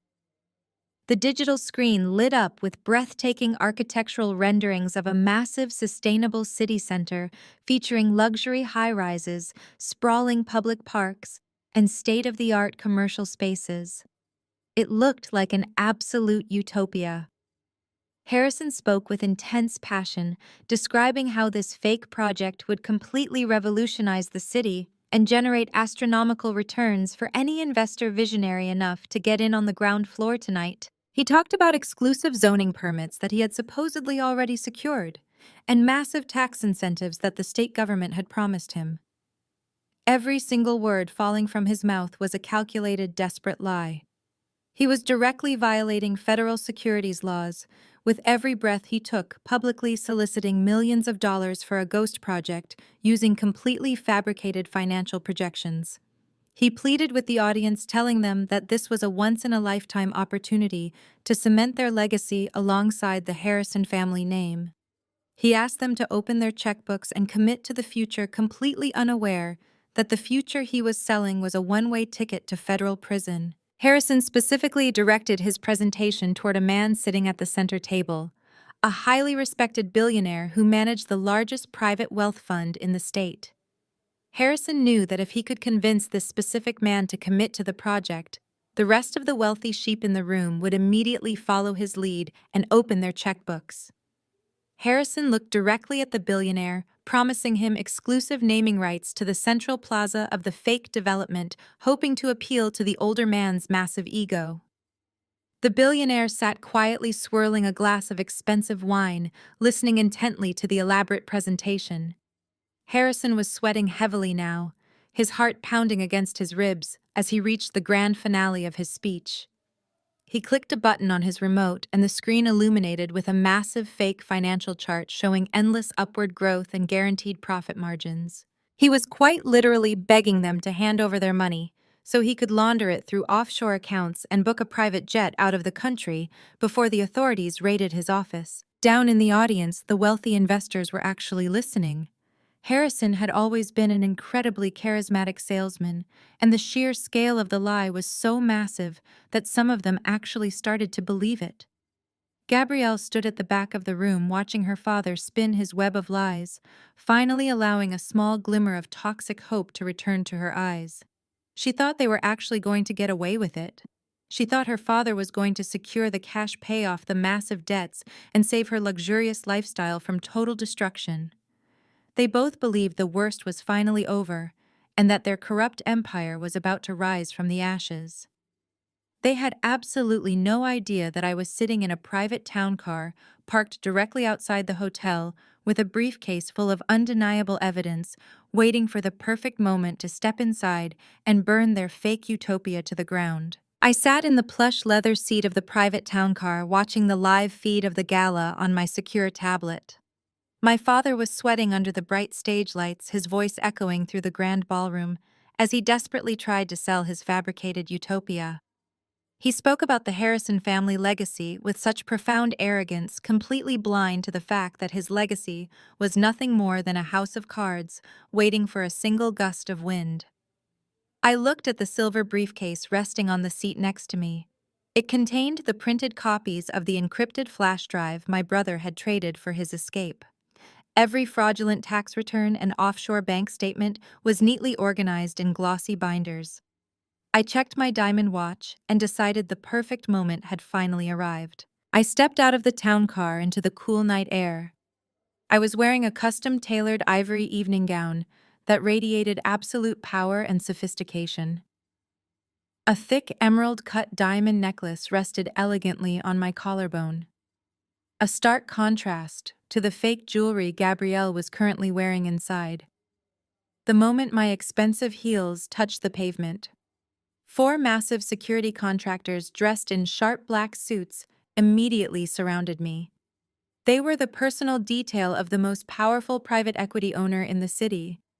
We walked through the revolving glass doors of the Plaza Hotel, moving with the synchronized precision of an elite military unit. The hotel manager was waiting in the lobby, completely ignoring the other wealthy guests, as he rushed forward to personally greet me. He bowed his head, addressing me with extreme reverence, because my financial trust had quietly paid for the entire ballroom rental. Inside the ballroom, my father was reaching the absolute climax of his fraudulent presentation. I could hear his booming voice echoing through the thick mahogany doors. He was pacing across the stage, gesturing wildly at the massive digital screen behind him. He told the crowd of billionaires that this sustainable city project would cement their names in the history books forever. He dramatically paused, looking directly at the prominent billionaire sitting at the center table. My father smiled his fake charismatic smile and announced that tonight was not just about local investments. He told the audience they were deeply honored to have a highly exclusive lead angel investor in attendance. He claimed this anonymous corporate giant had already pledged to underwrite 50% of the entire project. Gabrielle stood at the back of the room, her heart pounding with toxic excitement. She looked around the sea of wealthy faces, eagerly waiting for some famous Wall Street titan to stand up and validate her family. My father raised his hands, demanding complete silence from the captivated audience. He dramatically requested that the representative of the Vanguard Private Equity Group finally step forward and be recognized for their incredible vision and generosity. He actually believed he had managed to trick a massive faceless corporation into bailing him out, completely unaware that the faceless corporation had my name on the building. The hotel manager placed his hand on the brass handle of the grand ballroom doors, looking at me for permission. I simply nodded my head. The heavy mahogany doors were suddenly thrown wide open, hitting the walls with a loud, echoing thud that made every single person in the room turn their heads in unison. The bright lights from the hallway spilled into the dim ballroom, casting a long, dramatic shadow down the center aisle. I stood perfectly still, framed by the doorway, with my 4 massive security guards standing like stone statues behind me. The string quartet in the corner completely stopped playing. The silence in the room was so absolute, you could hear the soft hum of the crystal chandeliers hanging from the ceiling. I stepped onto the thick carpet and began walking down the center aisle, moving with slow, deliberate grace. and projecting an aura of completely untouchable authority. The wealthy investors parted like the Red Sea, murmuring in confused whispers as they tried to identify the woman disrupting the gala. I kept my eyes locked entirely on the pale, sweating man standing frozen on the stage. My father's charismatic smile completely collapsed the moment he saw my face. His jaw dropped open, his hands trembling so violently that he dropped his expensive laser pointer onto the wooden floor where it shattered, echoing loudly in the silent room. Gabrielle let out a sharp, terrified gasp. The delicate crystal champagne flute slipped from her fingers and crashed onto the floor, shattering into 100 pieces near her designer shoes. She covered her mouth with both hands, her eyes wide with absolute horror, as she realized the lowly sister she had mocked her entire life was the anonymous angel investor her father had just worshipped on stage. She watched me walk past her, realizing I was wearing genuine diamonds that cost more than her entire foreclosed home. She knew in that exact terrifying second that there was no Wall Street titan coming to save them. There was only me. The prominent billionaire sitting at the center table stood up from his chair. He buttoned his tuxedo jacket and offered me a warm, respectful smile. He turned to the confused crowd and used his booming, authoritative voice to announce that it was his absolute honor to welcome the founder and chief executive officer of the Vanguard Education Trust. The reporters immediately began snapping photos, the bright flashes illuminating my father's completely ruined face. I walked up the carpeted steps and stepped directly onto the stage, invading my father's personal space. He backed away, looking like a terrified, cornered animal. He tried to whisper my name, begging me to stop, but his voice was completely gone. I walked past him without a single word and took my place at the crystal podium, looking out over the sea of investors who were now hanging on my every move. The stage was completely mine, and the execution was about to begin. I gripped the edges of the crystal podium, looking out over the sea of incredibly wealthy people. The silence in the grand ballroom was absolutely deafening. My father, Harrison, was standing just a few feet behind me, his breath coming in shallow, ragged gasps. He looked like a man who was standing on the gallows waiting for the trapdoor to open. The prominent billionaire who had just introduced me stepped up to stand beside the podium. He adjusted his microphone and addressed the confused crowd of investors. He explained that for the past 3 weeks, his wealth management firm had been in intense negotiations with the Vanguard Education Trust regarding the massive sustainable city project. He turned to my father and delivered the first devastating blow. He announced that his firm was not actually providing any of the capital. He stated clearly that Vanguard Trust was the sole primary underwriter for the entire development. That meant every single penny of the $50 million required to keep Harrison's company alive was entirely under my control. The billionaire smiled warmly at me, telling the crowd that I was the ultimate decision-maker tonight, and that my approval was the only signature that mattered. The collective gasp from the audience swept through the room like a sudden gust of wind. The wealthy investors began whispering frantically to each other, realizing that the dynamic of the entire evening had just violently shifted. Gabrielle was still standing near the shattered glass of her champagne flute, her face completely drained of color. She clutched the fabric of her emerald gown, digging her manicured nails into her palms. She watched the billionaire pat my shoulder respectfully before stepping down from the stage, leaving me in absolute control of the microphone and the room. Harrison finally managed to force his vocal cords to work. He took a hesitant step toward me, his voice a pathetic, trembling whisper that was thankfully not picked up by the audio system. He begged me to remember that we were family. He pleaded with me to just sign the preliminary agreements and save the company, promising that he would make me a full equal partner in the firm. He actually thought he could still negotiate with me. He thought he could use the pressure of a public audience to force me into bailing out his fraudulent empire. I did not even turn my head to look at him. I leaned closely into the microphone and let my voice fill the massive ballroom. I started by thanking the billionaire for his incredibly generous introduction. I looked out at the faces of the investors, the politicians, and the elite socialites who had spent years looking down on my community. I told them that my father had just given a truly spectacular presentation. I complimented the breathtaking architectural renderings of the luxury high-rises and the beautiful sustainable parks that were currently glowing on the massive digital screen behind me. I said it painted a beautiful picture of a perfect utopian future. Gabrielle let out a shaky breath of relief in the back of the room. The wealthy investors nodded their heads in agreement, relaxing back into their plush chairs. My father wiped the heavy sweat from his forehead, allowing a small, desperate smile to touch his lips. For a brief, fleeting moment, they actually believed I was going to save them. They thought my sudden appearance was a dramatic display of forgiveness, and that I was going to use my immense wealth to rescue the family legacy. I continued speaking, keeping my tone perfectly measured and professional. I told the audience that the Vanguard Education Trust was deeply committed to urban revitalization. I confirmed that we were indeed fully prepared to inject $50 million in liquid capital into local development projects before the end of the fiscal quarter. The ballroom erupted into polite applause. The venture capitalists smiled greedily, calculating their own potential profit margins. Harrison took another step closer to me, his desperate smile growing slightly wider. He thought he had won. He thought his grand, elaborate lie had actually worked, and that his discarded daughter was going to write a check that would wash away all of his financial sins. He was so completely blinded by his own arrogance and his desperate need for survival that he failed to realize I was simply building him up just so the fall would utterly destroy him. I held up my hand, asking the audience to hold their applause. The room immediately quieted down, hanging on to my every word. I gripped the edges of the podium tighter, my voice turning cold and sharp.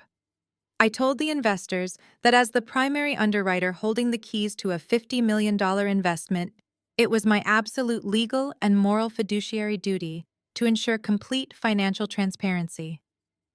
I explained that before anyone in this room committed a single dollar to the Harrison family legacy, they needed to understand exactly what they were investing in. I turned my head slightly and looked directly at my father.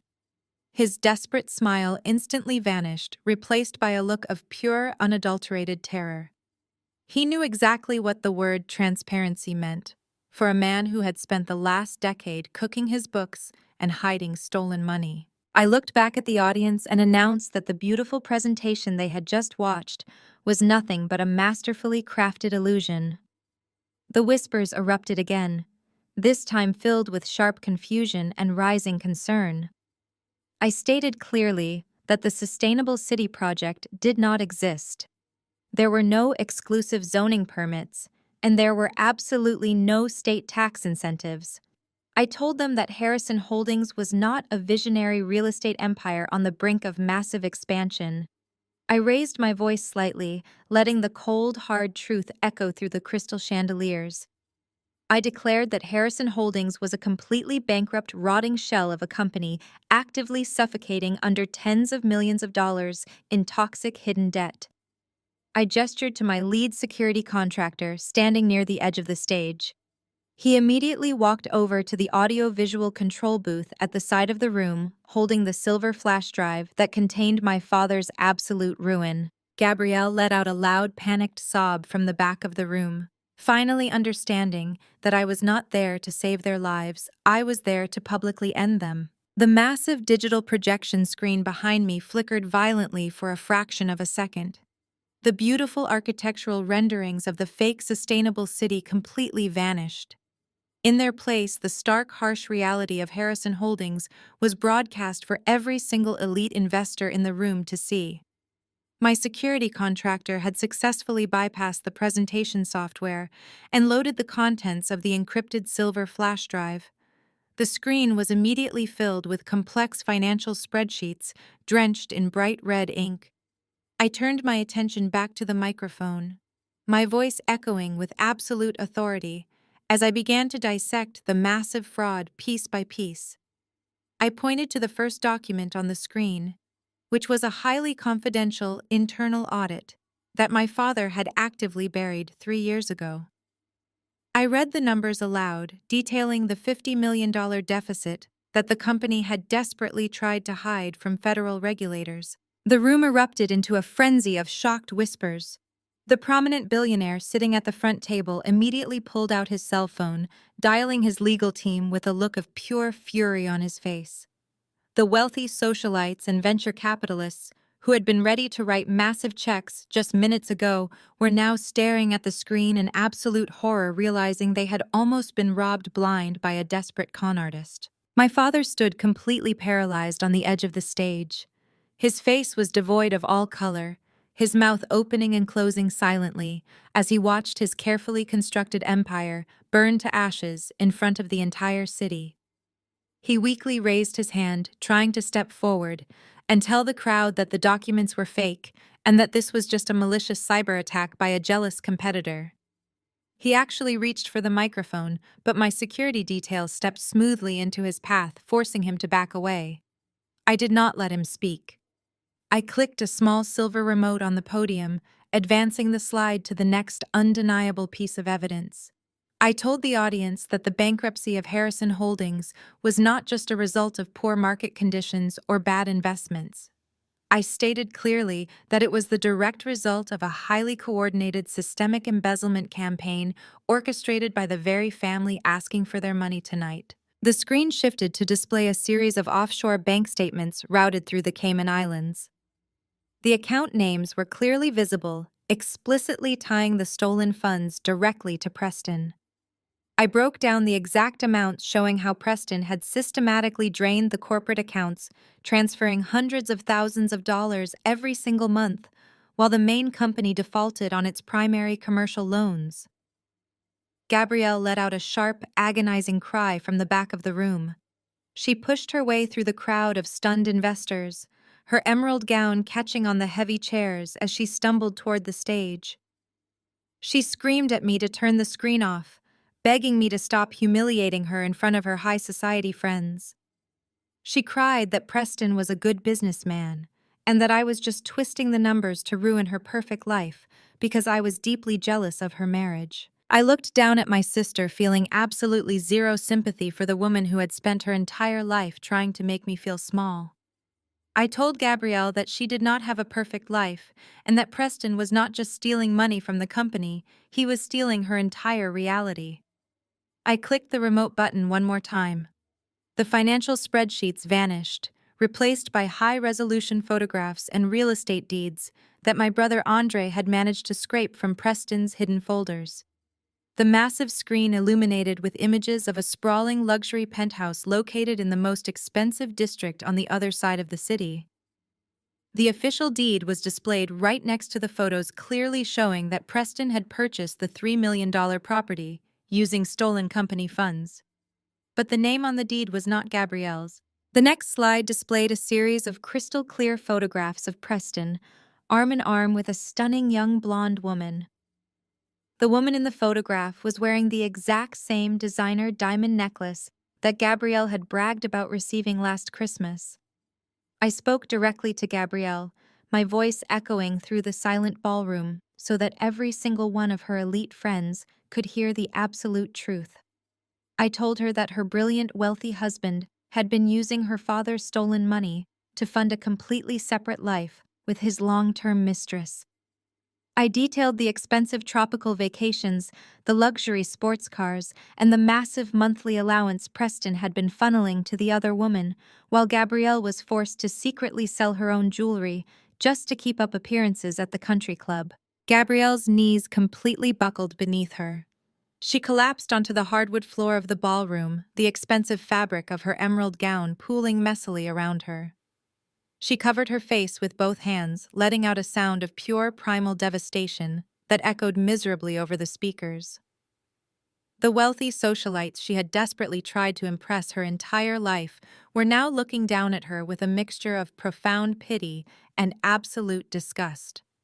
Her entire identity, built entirely on the illusion of a flawless, wealthy marriage, was completely obliterated in a matter of seconds.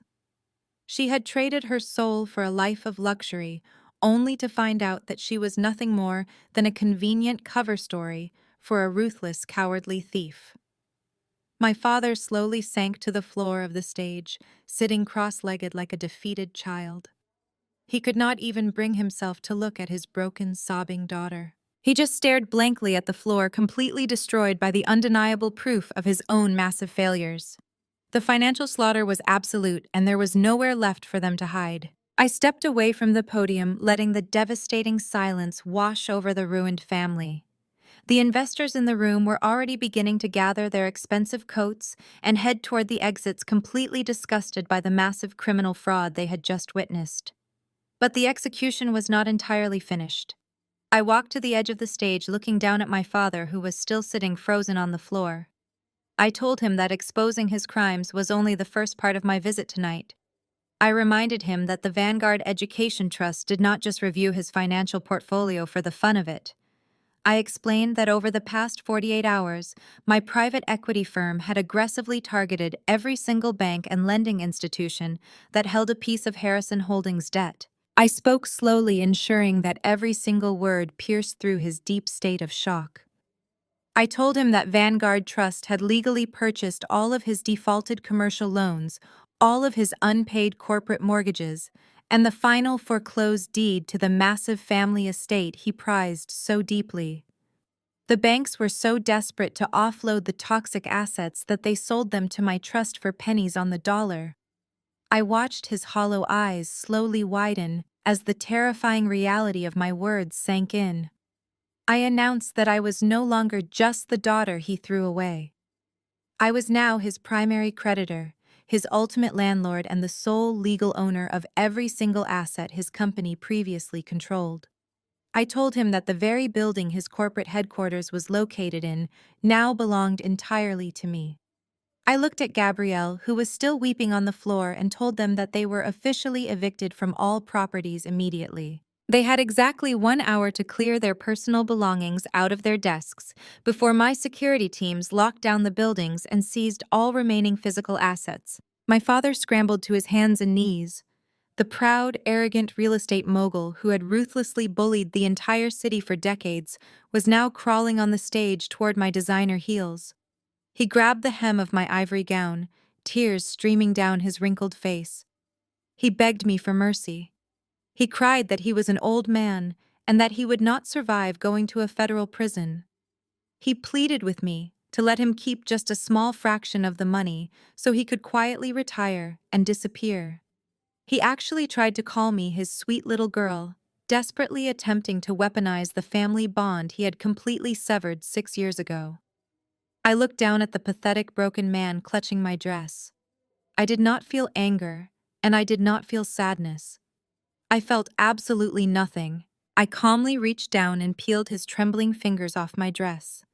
I looked him dead in the eye and reminded him of the exact words he sent in that group text message. I told him that he chose to disown the lowly teacher because she was not successful enough to sit at his elite table. I told him he was right. Because I did not want a seat at his corrupt table, I simply bought the entire restaurant and shut it down forever. Right as I finished speaking, the heavy mahogany doors of the ballroom burst open for a second time. The hotel manager was pushed aside as a large team of federal agents wearing dark windbreakers with FBI printed on the back marched aggressively into the room. They were dragging a frantic, screaming Preston between them.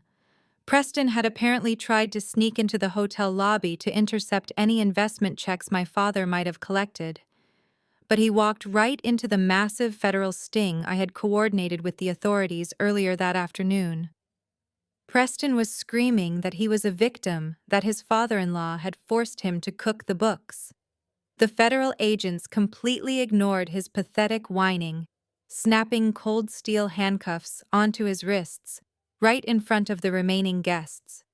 They marched him up to the stage and formally placed my father under arrest for massive wire fraud, corporate embezzlement, and federal tax evasion.